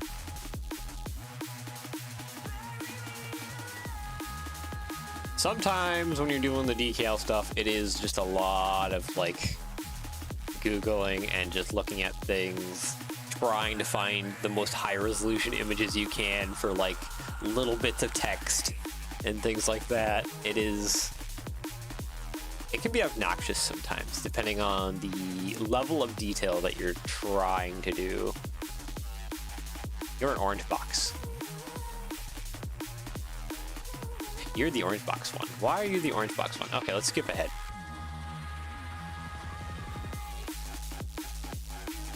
No.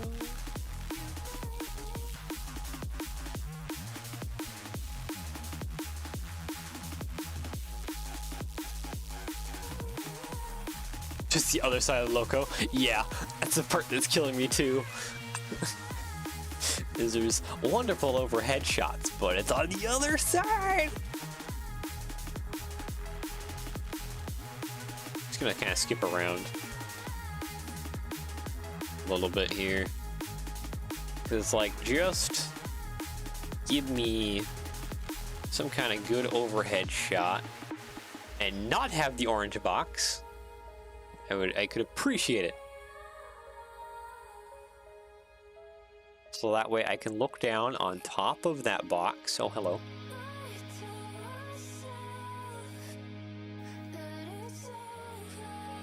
And be able to tell, for just a little bit of detail, if said little stripey is going across.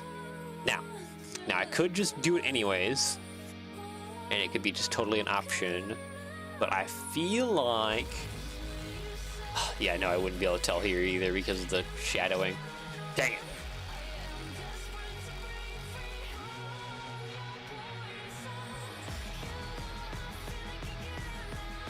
So many of these have the orange box. Why? It's just like so dang many have the orange box. And you have the orange box too.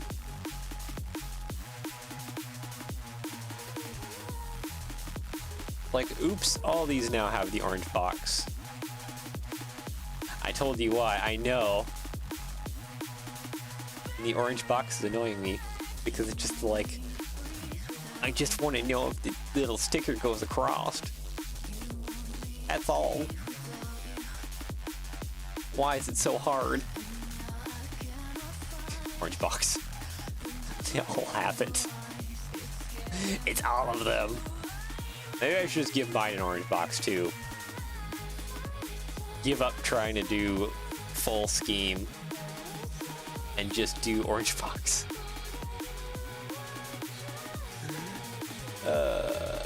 Oh, I think Gordon found something. Yeah, I got your Discord notification. Here we go. Real picture. Ooh, hello.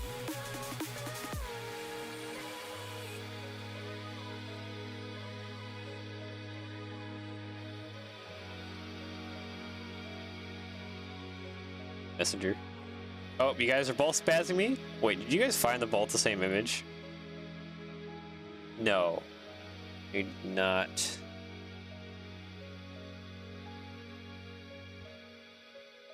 Okay, on Gordon's image,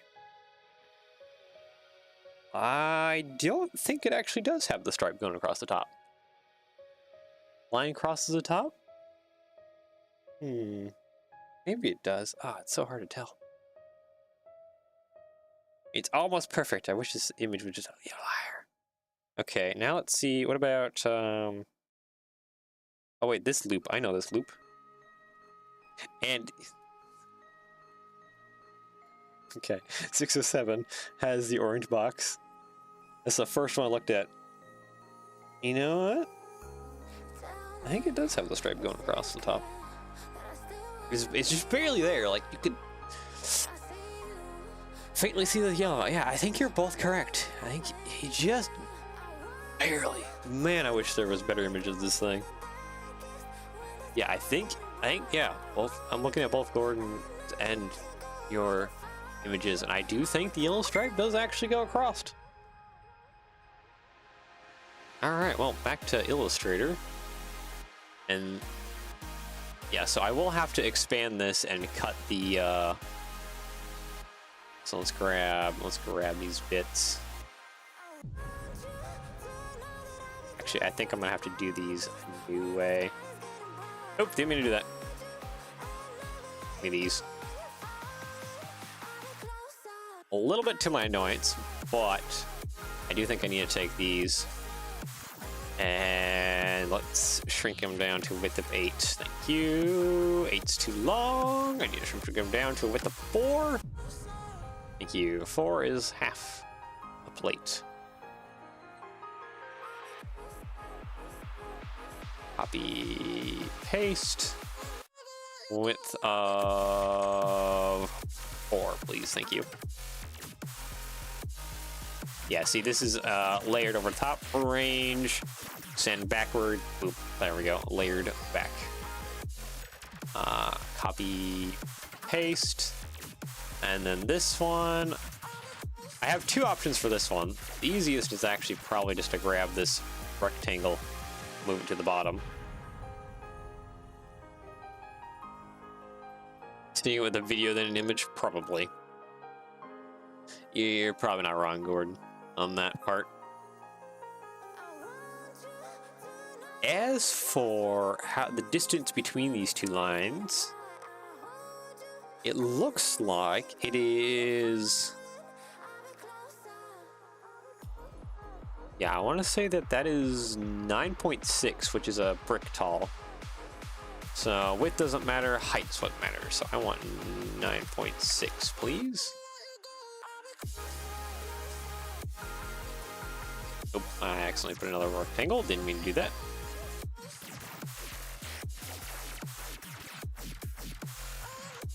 Yep, and then I can grab this one and plop it at the appropriate height. Doesn't quite line up with our thing, but that's fine. Oop, didn't do that. I want these 2, please. Thank you. Copy, paste. I could probably just more easily do Control-C, Control-V. This needs to be 5 long, so let's change this to 40, right? No, 40 is too long. 4 studs long, 32.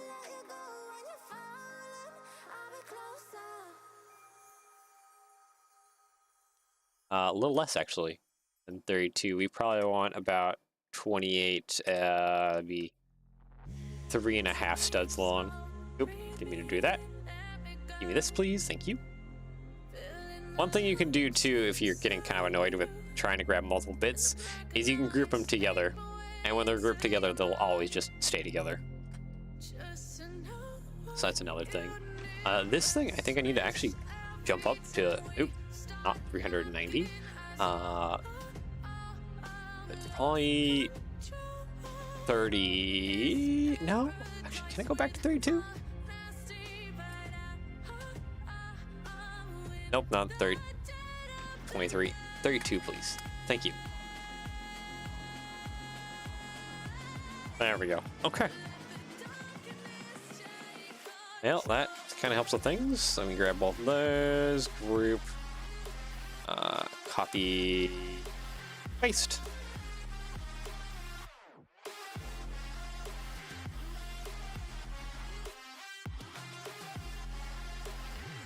I'll have to lay down some,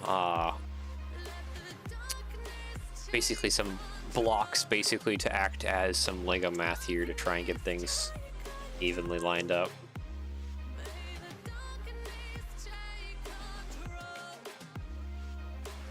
Yeah, this is overlaying. Okay.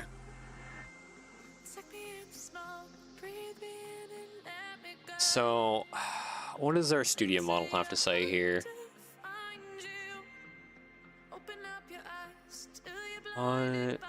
Okay, 5, and that's a plate tall. Okay. So we're dealing with 1, 2, 3, 4 studs here, then another 3 and a plate. Okay. So I want to just block that out the best I can. These can just be whatever color they want. It just helps me getting things aligned and measured and everything. So width doesn't matter. I'll just put that at 8 millimeters. Height, I want that at 32. I would like that literally any other color. Doesn't matter.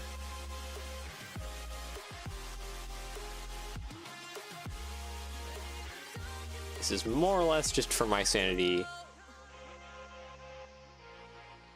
Overland Hobbies model version has all red on top. Yeah. There's a couple of them that have it all red, and then there's some other ones that just have it with there not being the red on top. They're actually being the stripe across.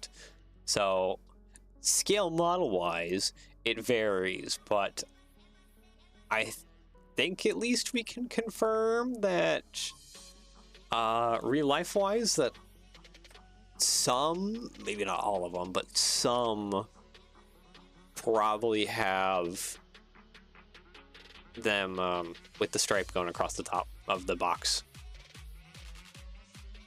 Okay, and then 24 for the 3 studs here. Oop, didn't mean to do that. Up. Control Z. Bring that back, please. Thank you. Let's just make that like a dark green.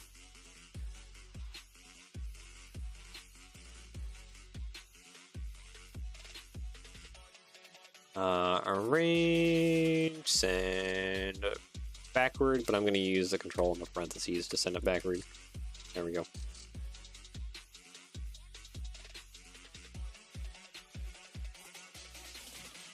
There we go. So now, because of these blocks, everything, this block up here is aligned, these are aligned, these are aligned, everything's like more or less aligned.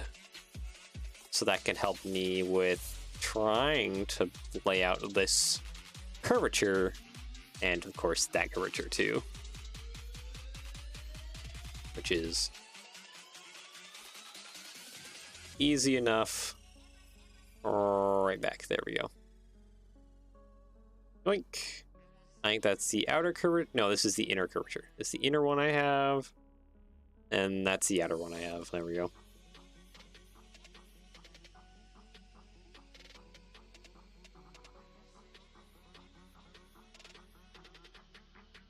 Just a matter. There's probably better and easier ways of doing this.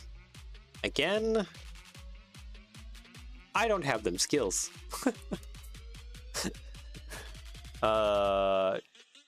Jeff or Prince or Japaz, he has the better skills at doing this stuff than I do. Okay, there we go. Give me that.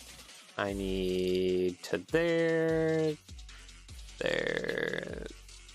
Oh, it doesn't want to give me that top point, eh?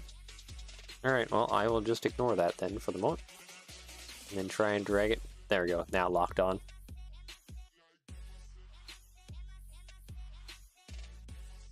And that one locked in, and now I just need to do the outer one. And of course, I can grab the eyedropper and just blink, like that. It's covering over the black line, but a simple arrange, send backwards, we'll just get that to overlay nicer. Now I have this funky line to deal with. I don't think I have much of a choice, but across like that, and then do my best. Outwards, I want the inwards first, please. I'm gonna swap these around. We do the inward circumference first. Or, like, profile. Best of my ability here. The different nodes. Okay, that's more or less the inwards profile. Now I need to do the outwards profile.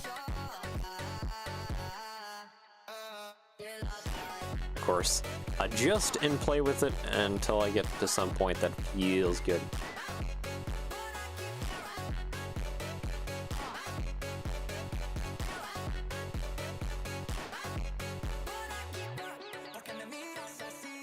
A lot that I have to play with.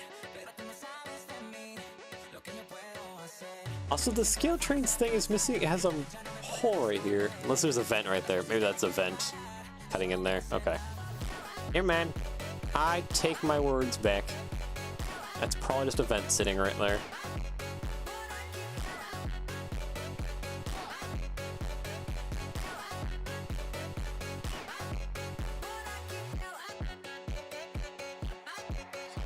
This feels so lumpy. But really, it's just kind of playing with it until you get something that is close enough. And then, of course, doing it all over again for the black line, please. Oh, it's gonna do that. It's gonna be weirdly picky. That's why I have to do it not attached, because sometimes Adobe is a pain in the butt.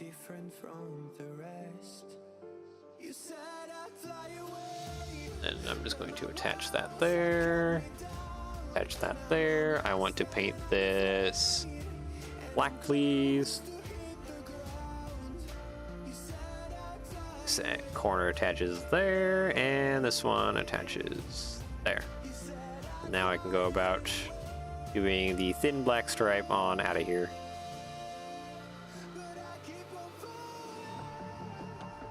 Where's my node at? Not wanting to snap to my node. You know what? Actually, I have a better way of doing this. How about delete this guy. Copy, paste this one over top. That'll give me at least the back edge. And then I can take all these nodes and just adjust them to get the thinner profile.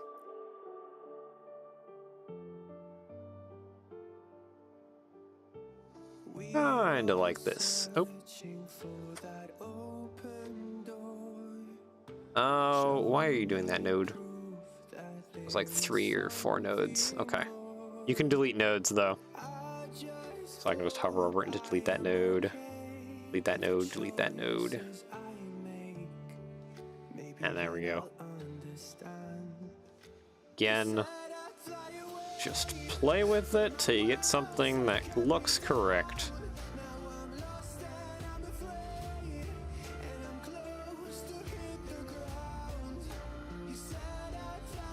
We got like some issues with fattening right about there.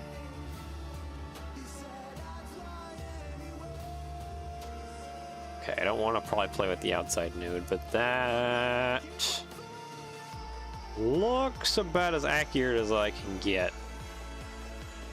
If I zoom out, that's kind of... Yeah, that's about as good as I can get. We'll have to make some cuts, of course, to go over top of the vent. That'll come later. Oop, 200%. The last thing I need to do, though, is some of the... So the internal bit here is red. And then, give me these 2 bits, please. Holding shift. Let's see here, I need to zoom back in. 600% is about good. Yeah, so we gotta have this internally red, and then this needs to be actually like bluish gray internally. So I will probably just make a rectangle, honestly. Because then we can grab this bit and just stretch it out to about there-ish. I need light bluish gray.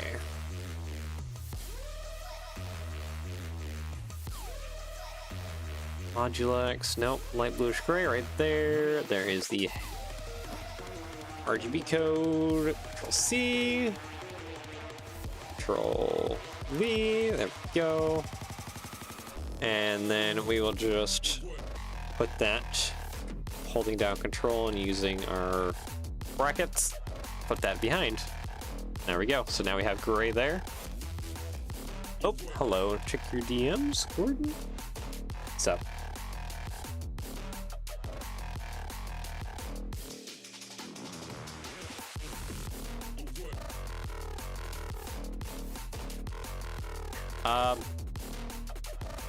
Okay, oh, never mind. I was about to say, oh, hello. Oh, there it is being red on top. With Santa Fe 891. Okay. So I think it does vary. So this might be a model where I might provide multiple options in the decal pack so that you can do different options depending on what you want to do. It's yellow. Yeah, I think it must just vary.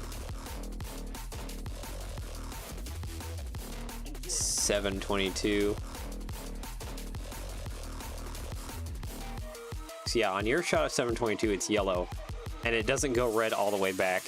On Gordon's photo, it definitely goes red like all the way back. So there just must be in real life some variations.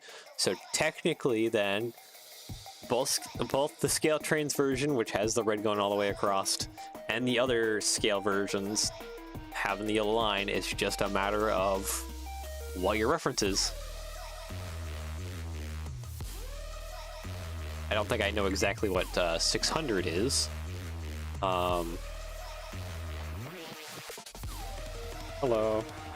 635 is yellow and silver too. Yeah. So it's just, I wonder if the earlier ones, perchance. So who was the one that Gordon sent me? What number was that one? Hold on. You sent me 891. So I wonder if the later ones just simplified it and just did solid red on top, and the earlier ones actually had the yellow stripe going across. Because that could change a lot of how things go. Anyways, I want to grab this bit. And I want to make this Lego red. So again, I need to go find the RGB bit. Red. That is not going to be easy to find, is it? Vintage red, right here, this one. See, come back over here. Control V. Boop. There we go. Now this one doesn't matter as long as the red stretches kind of behind yellow bit. So we can grab the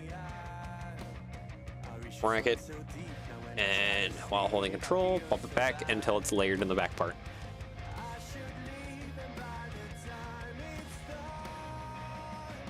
Yellow and silver too.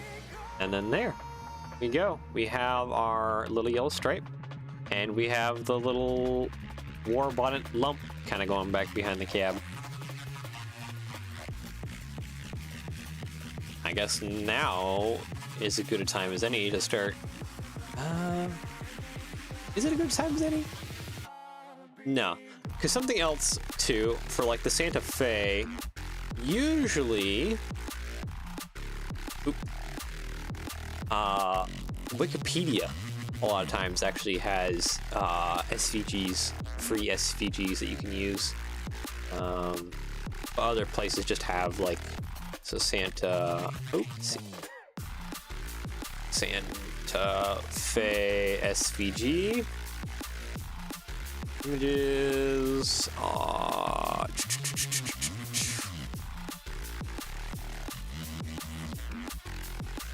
Santa Fe.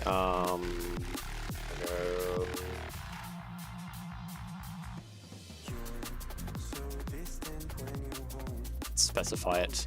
Also, yeah, because you can get this one. We want the more rounded one. There's a lot of free ones here. I believe BNSF font file. Yes, I was about to bring up Rail Sim stuff. This website.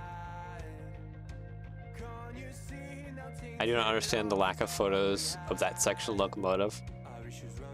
Wrong side of the units. Yep. Yep. It is just a thing. Search for Santa Fe AVG. Actually, does Illustrator do AVG file? I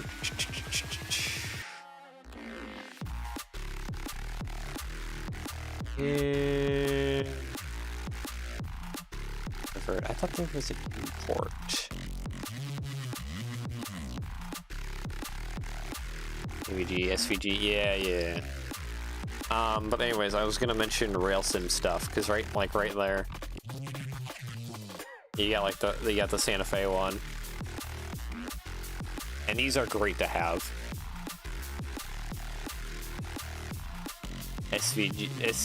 SGV. Gordon, you are at war against your autocorrect there. But yeah, you can download zip the text files for these things too. So I do believe that if I go over to my text here, let's see, properties, fonts, Myriad Pro. I do have already. There's a Conrail one consolidated.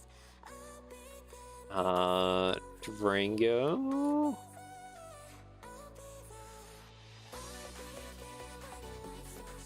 I have the railroad numbers. Penn Central font, New Haven. Yeah, you can't win.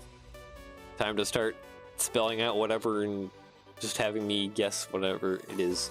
BNSF demo. ATSF 3. PC Rail. Do I not have it in this one? I thought I had it.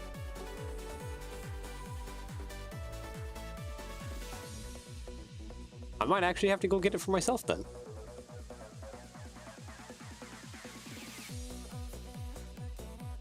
Yeah, no, I don't think I have it. Okay. Well. Yeah, okay. I guess I will just have to go fetch it. ATSF3. I must have needed this for something. I don't, I don't know. I'm just like, I'm hitting things on the keyboard, but things aren't showing up, so I don't actually know what it is. I must have grabbed it for something, and it must have had something in it. But now I don't even know what it is. I have New Havens, and I have Penn Central, Railroad Roman, Railroad Number. So these ones are from like Rail Sim stuff. I have a few of them. I guess I'm missing the, I guess I am missing the Venus of demo.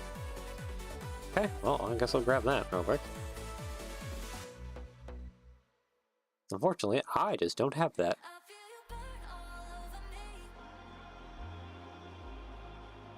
Alright, downloads, still going?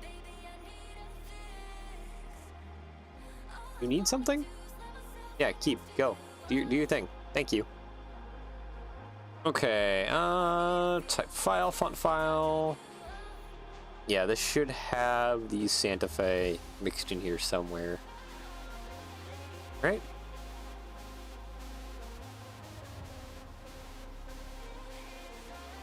Okay, whatever, I'll just install it. Use most of these for MSTS repaints. I think, isn't that what they're technically for? Is the, like, trains blog stuff? Yeah, trains, open rails. Like, for the virtual stuff, but, us sticker makers and model makers and stuff also use these. These are, like, an amazing resource. Okay, and I've installed that, so I'll go back here. Text. ENSF demo, there it is. Now the fun part is just going through the whole keyboard, trying to find. Oh, wait.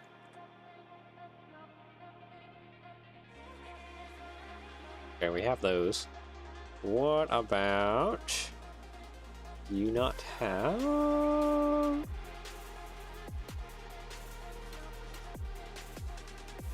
So the numbers, this would be handy. Okay, no, it doesn't have the logo in it though. It says Santa Fe right there. I guess I gotta fetch it from the PDF.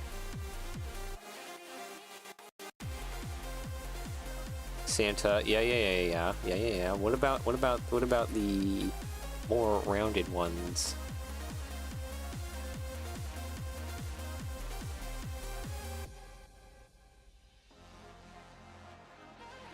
You don't have the more rounded ones. Wah.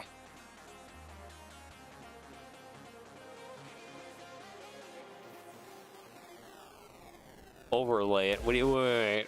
I gotta fetch it from here? Oh wait, yeah, I probably gotta fetch it from there, don't I?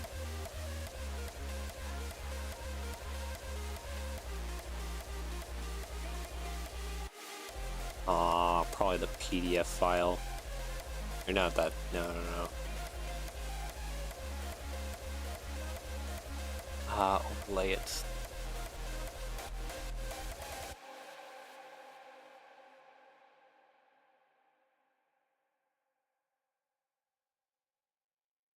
Yeah. Okay, what do you mean you gotta overlay it?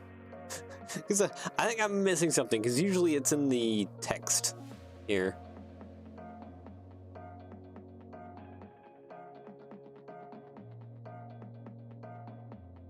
Field and Whiskers. No, oh, no. I'm not talking about the front. I'm talking about the side logo. Side logos you can usually just get. Like, I can get it here. I can fetch it from, like, here. This is just an easy way to fetch it. You can also try and find a font match, which is fun, too.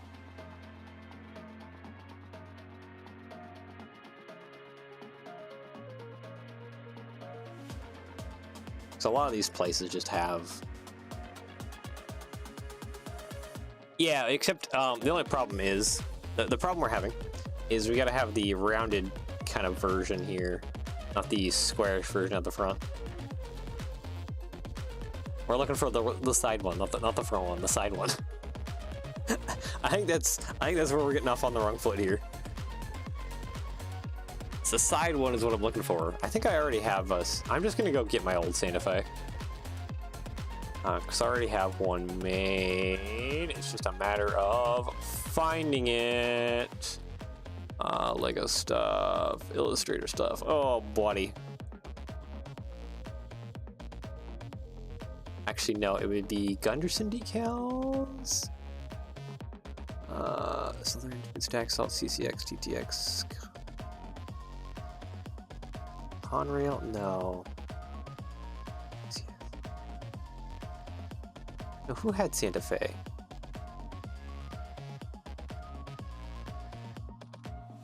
Circle thing with the correct font? Oh, are you all thinking of the nose?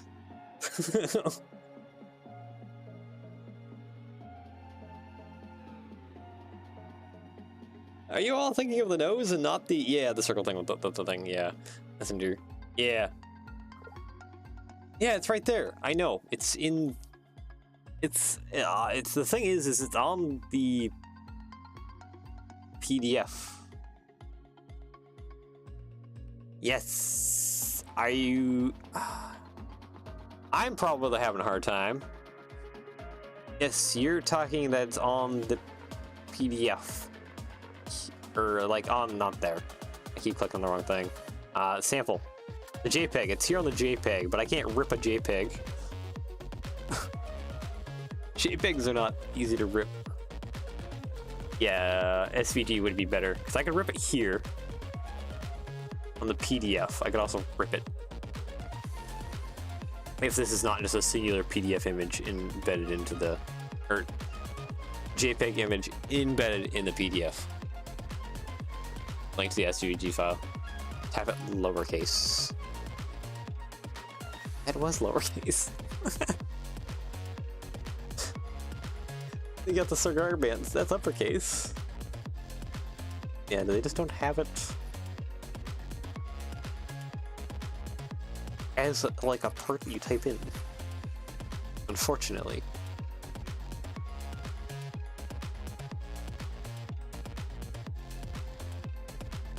A lowercase is a round version, capital is the blocky version, or vice versa. Okay, well I can try it. Let's try it. Let's try it.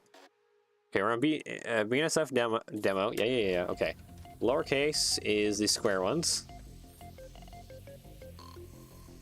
Oh, here we go. Maybe it is the lowercase. There it is. Sorry, uppercase. It is the uppercase ones.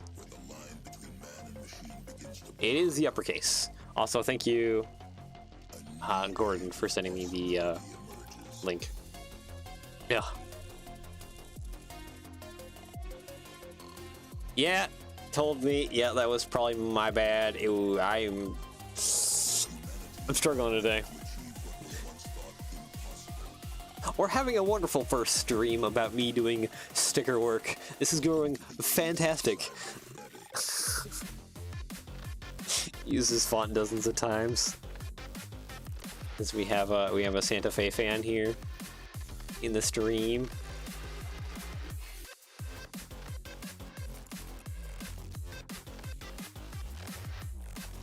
No, they're just, hold on. I need to undo everything I have done. Bring it back to the font. I need to compress the letters a little bit more here.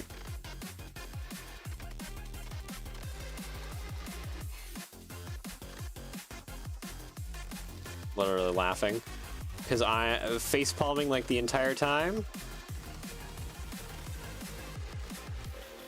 Also, Gordon, if you're still there, I apologize if I am, like, frustrating the heck out of you. Either that or do it letter by letter. Letter by letter would be a pain in the butt, but yeah, that is also an option. It's just the E, mostly. Santa's fine. No face palming, just giggling. Giggling at me being an absolute mess.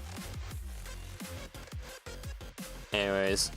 I can right-click, create outlines, and then right-click again, ungroup it. And I'm just gonna go ahead and zoom in here a little bit. There we go. The rest are more or less fine. Just want to bring this E in a little bit. This F can be kind of come over like that.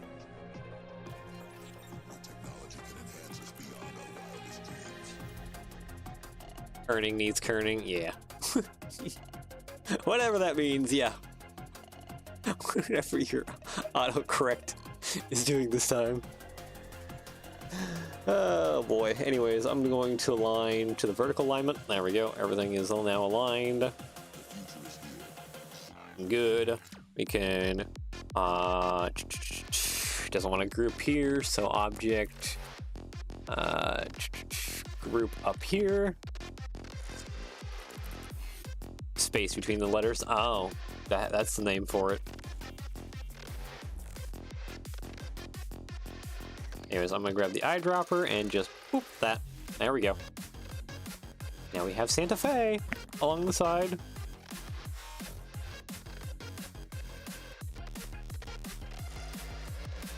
And then, what do we? Virtual train stuff, I gotta look at our conversation again. What do we want to do for the, I think it was the BNSF that had the double numbers.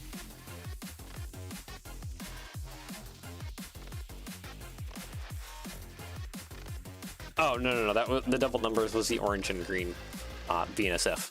That's the one. It wasn't this one, actually. I was thinking it was this one for some reason. But no, we just want 600. We do not want those so smashed together this time. I need to highlight them first. Then not smash them together. Thank you. Eyedropper, grab the yellow. And then shrink this up a little bit.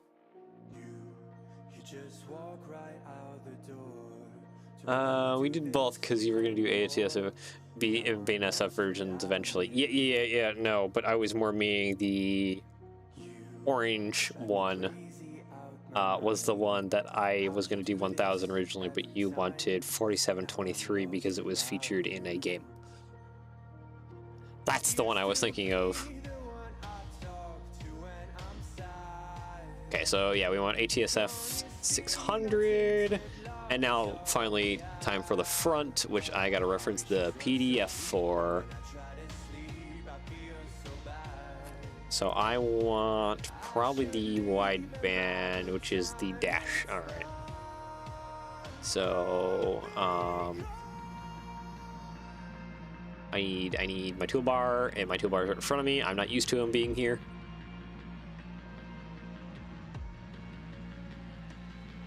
Six, 7, and 800. You want them all.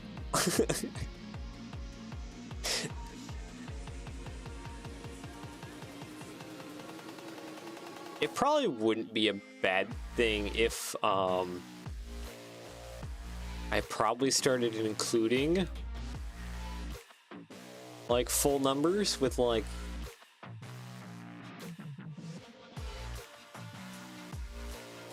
I think what the minimum was, like full number sets.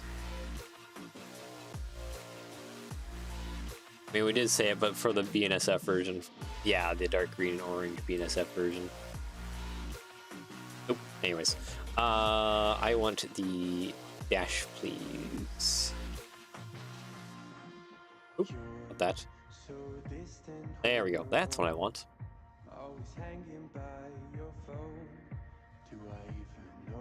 Zoom back in here, please. Thank you. Oh, I am doing a bunch of things. Delete that. Delete that. Delete that. Delete that. Is it not the wideband? Oh wait, no, I gotta scale it. Sorry.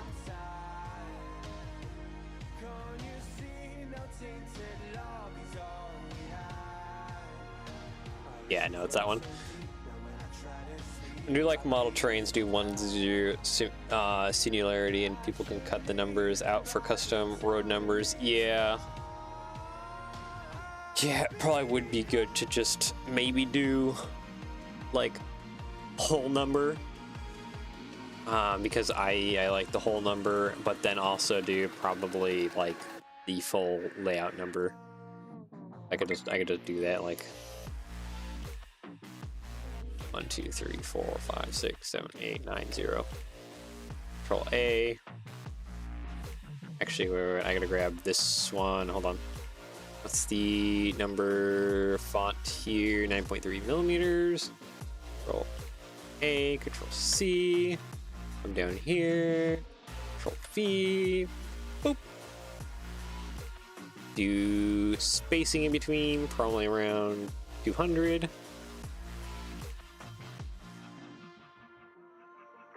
Three to four whole numbers, then layout numbers. Yeah.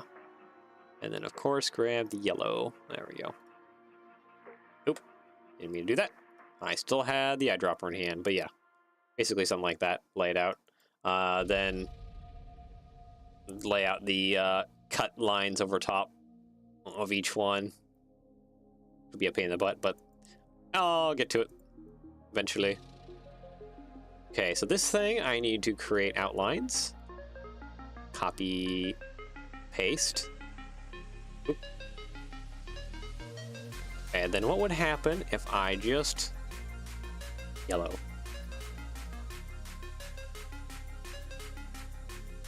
No, I need to fill that. Which actually I think the only way I'm going to get a fill is if I do it this way.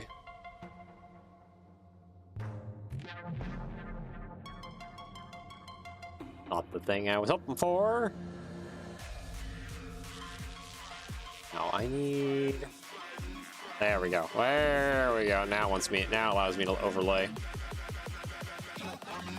Was struggling there for a moment. And yes, I'm gonna have to cut those holes. Gotta be yellow with the black border. Yep.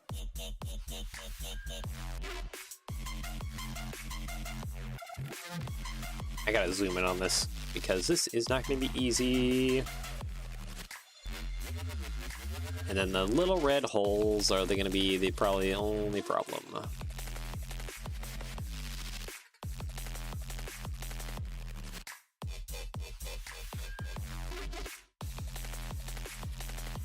That back, and then grab this guy, and okay. So a few more nodes here, just get that coverage. Yellow, please. Boink. Okay. So now we have that. I can grab the one that's behind and bring that forward. There we go.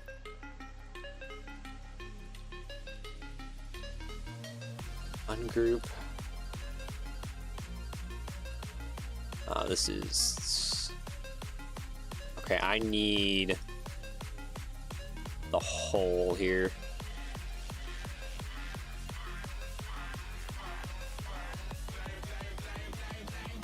So I'll show you guys how to cut holes real quick here. Just gotta get the hole lined out, kind of like that. Copy, paste. Yeah, give me that. I will use some other color. Thank you. Line that over top of the hole. Okay, so then you want to select your main one, your top one. Then we come over here to Pathfinder and we do this one. And there we go. Cuts a hole. Oop. There we go. Alright, so now it's just a lot of back and forth.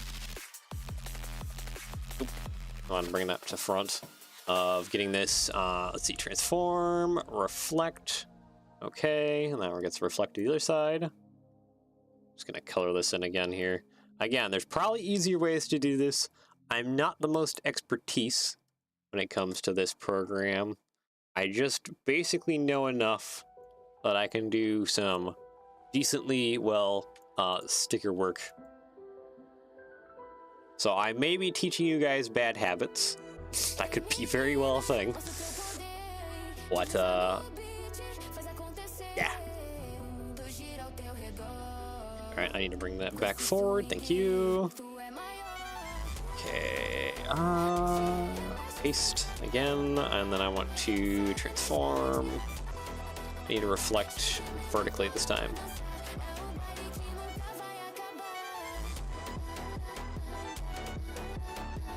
Japaz enter chat.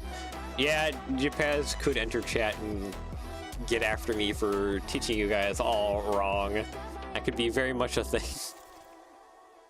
Because my methods probably aren't the greatest. I will never admit to being a great teacher of any kind. Because I know myself. And myself teaches bad things. Transform, I'm just gonna go reflect. That way, and then transform, reflect again, except vertical. There we go. And that's the last hole.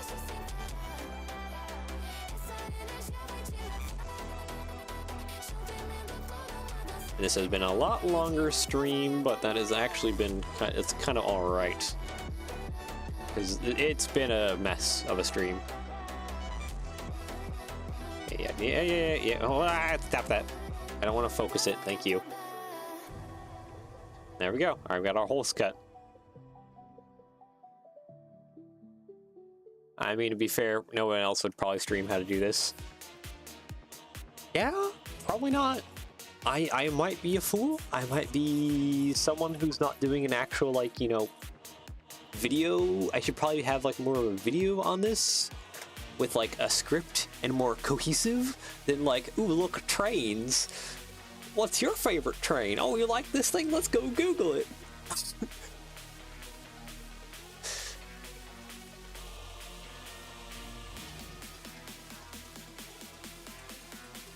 My cohesiveness is probably not the greatest thing. At some point in time, I would like to actually get things. Suddenly the industry crashes, everybody does it themselves. Yeah. I mean, to be fair, Illustrator is a paid program. You have to pay monthly for it, which is the most obnoxious thing ever. I do not like it. I am not a fan. But it's hard to argue against the results it gives. That's kind of what kills me. Is the results it gives is really, really good. Okay, I thought there was a Santa Fe more stretched. Visual letters. Yeah, cigar brand. No, it's just really large, isn't it?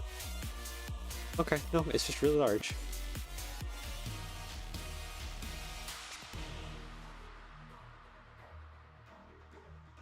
Okay, we gotta add more spacing though. Never mind, we're already at 200.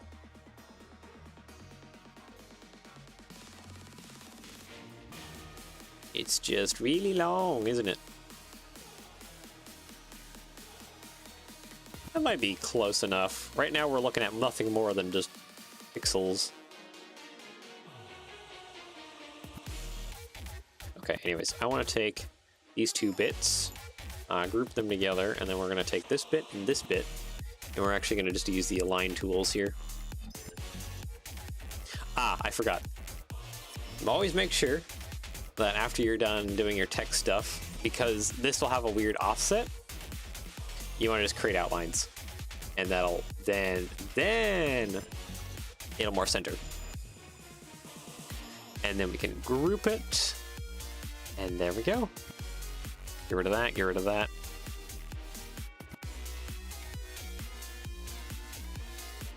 And we have our front badge, more or less like that we'll have to cut up and do some things with in order to apply it to Lego.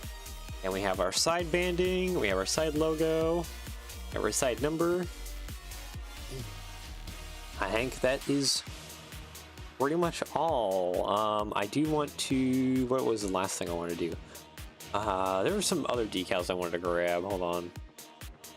Let's get rid of that, get rid of that, get rid of that. File, open. So yeah, I just need to go quickly grab my Lego stuff. Illustrate files. Salt-9. Okay, doesn't matter any of these, please. Here it is. This is what I wanted. this is the grill files. I want to take the grills. That's the upper vent here. I have them already made, so it's just nice to just use these because they're already made, finished up. There they are. Oh, I grabbed that when I didn't mean to.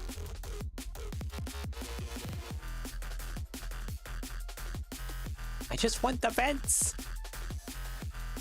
Why is it so hard? Thank you. This one can go away. Isn't there a version of the livery with just BNSF? Yeah, but we're just focusing mostly on the fact of the Santa Fe for today, and well, the rest of these streams. Yeah, there we go.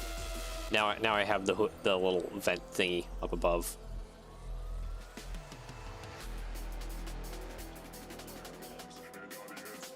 So I guess, real quick,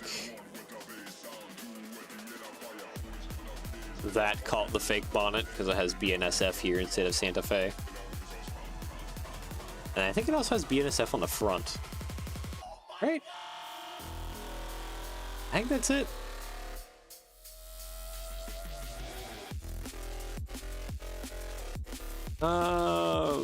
BNSF, yeah, but what does it have in the front?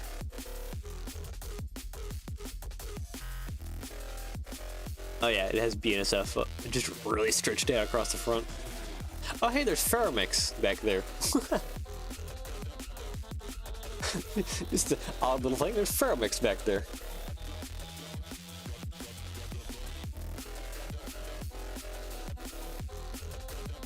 Anyways, yeah, for the final thing for today, I think we'll just go ahead and probably just take some of this and go ahead and make them into decals that are applicable to your part designer. And I'll have to probably... I might toy with this a little bit off stream, trying to get this bit shaped a little better. Potentially. But yeah, anyways, let's see. Copy this. How big is that, honestly? I'm just gonna draw a rectangle over top. We're looking at 145. It could probably be shrunk up, couldn't it? A little bit. 138. Okay, we're looking at 130 for the width. 136 divided by 8. Oh, that's actually perfectly a 17 stud long decal. Okay. And then the height is probably only going to be about 4 studs tall, right? Yeah. Yes, it is. Okay. All right. So file, new. I need it not in pixels, I need it in millimeters, please. Thank you. Yes, I want it in millimeters, I am sure. Thank you. So we want 136 millimeters by 32. Create. Edit. Paste. Should already be grouped. Yes, it is. It's already grouped. We want to align and align. So now it's centered. If you have your whole thing grouped, then it makes sure that that when you hit these little alignment things, that it centers it on the canvas more than it over another like letter or anything like that. So then we can take this and file, export as. I don't need that here. I'll just create a new folder on my desktop here. New folder, ATSF. Go into there, and we'll just name this logo. PNG, use artboards. Make sure you use artboards because that'll align it to the full thing instead of cutting the image down to the edges of your image. So this will keep your size. So this is now keeping it as a 17 by 4 stud size. So always make sure to use artboards, don't use the suffix. You're good to go. Export as PNG. There we go. Now let's come over to Part Designer here. Part Designer always takes a hot minute.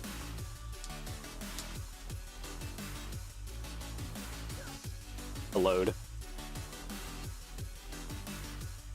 Yeah, it's gonna have a heart attack. I'm just gonna click on this. So we don't have to see Part Designer for a moment while it just has its heart attack moment.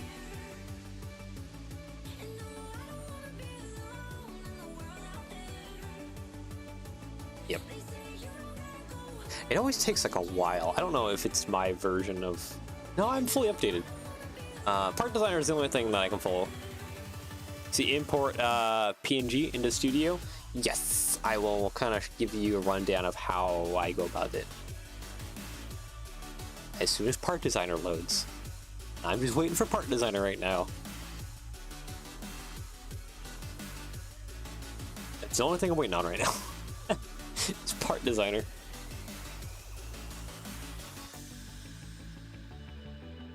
Where is Part Designer? Having a stroke. It's having a stroke. Bricklink 2. Oh, you mean location. Yes, it is in Bricklink 2.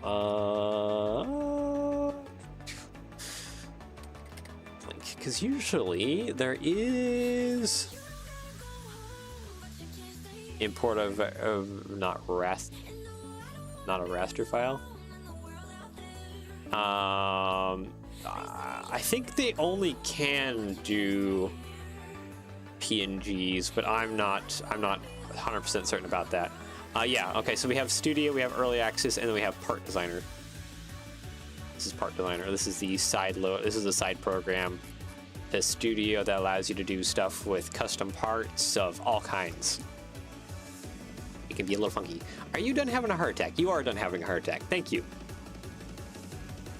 All right. So here, yeah, this is Part Designer. So actually here, this is something I can show you. Here's a bunch of parts all laid out for the AMD GM10B that I did a while ago. So because they're decal parts, I can do things like this where I can merge things over top and get away with that just because that's how the decal will sit. If there would actually technically be gaps along this edge bit here, but because the decal will sit like that, it'll look like that. If you didn't have it like fully across, it would look a little funky, but yeah, it's just things like that. Anyways, file, new, I want to start from scratch. Let me grab my tile and do a S12, 13, 14, 15, 16, 17. Right at my marker, I can barely just see the numbers. 17 by 4. So this is the size of our logo. I go to decal, ATSF, grab my Santa Fe logo. It'll bring it in small. It doesn't do this for all of them. Things like 1x4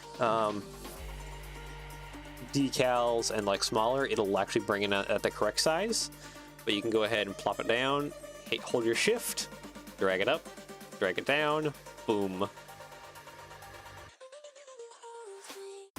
Decorations across multiple parts, yeah. Then once you got it sized, you can hit the little check mark, and there we go. Now it's on there. And for me, I like just putting, especially on big flat locations, I like just putting my decals just along a big tile for just flat stickers. And now we can export to Studio. I'll name it ATSF. I'm ATSF. Yeah, I don't know. I thought I messed it up. Logo, Control A, Control C. For file name, I like keeping them the same. And then for part numbers, I usually like 3069B, which is a 1x2 tile. That way that this won't be angry sometimes in Studio, and when you're going through the color selector on the side, it'll just give you all the colors of 3069B. Export, exported. There we go. So we can come back over to Studio. Studio's also having a heart attack. Give it a second. There we go. Get rid of that 1x1 tile, or 1x1 plate. View, show all panels, custom parts. Now I just have to look up ATSF in the corner. Looks like I have other Santa Fe stuff here, but there it is. And because I did it, oh, nope, it got angry this time. All right, well, sometimes it gets angry, sometimes it doesn't. Light bluish gray, stick it on, and then it's more or less, I pull it out just a little bit, so it sticks off there. And then you just kind of align it to where you think it's best. And honestly, right there is pretty darn good. And yeah, there we go. It's a little bit darker because this isn't like a perfect color match. There are better color matches out there for red. The rebrickable one's pretty good. There's some other ones that are even better. Depending if you're printing at home, my best suggestion is to just, you're gonna have to fiddle with colors and it's going to be annoying. But you're probably just gonna have to make a big palette of like reds and just do your best to get it like as close as you can, just like little 1x1 blotches or whatever, because it differs for everyone. So that's a big thing too. When it comes to like Ricky print stuff, I don't think I'm technically allowed to show you the file, but like we do have a little bit more color match stuff specifically for the Bricky Prints Japaz's printer. So that's something we already have set. I don't think I'm allowed to show you that file, but like a lot of these colors here on this one have already been set to like Bricky Print specific color. That's why like this blue along the side here doesn't really match the Lego blue. Like if I brought it over into Studio, but it would match there. If I have vector artwork, can Bricky Prints print them as decals? Yeah, and he can do all the color matching and stuff too. You would have to, let me go ahead and actually come up and go over to Bricky Prints.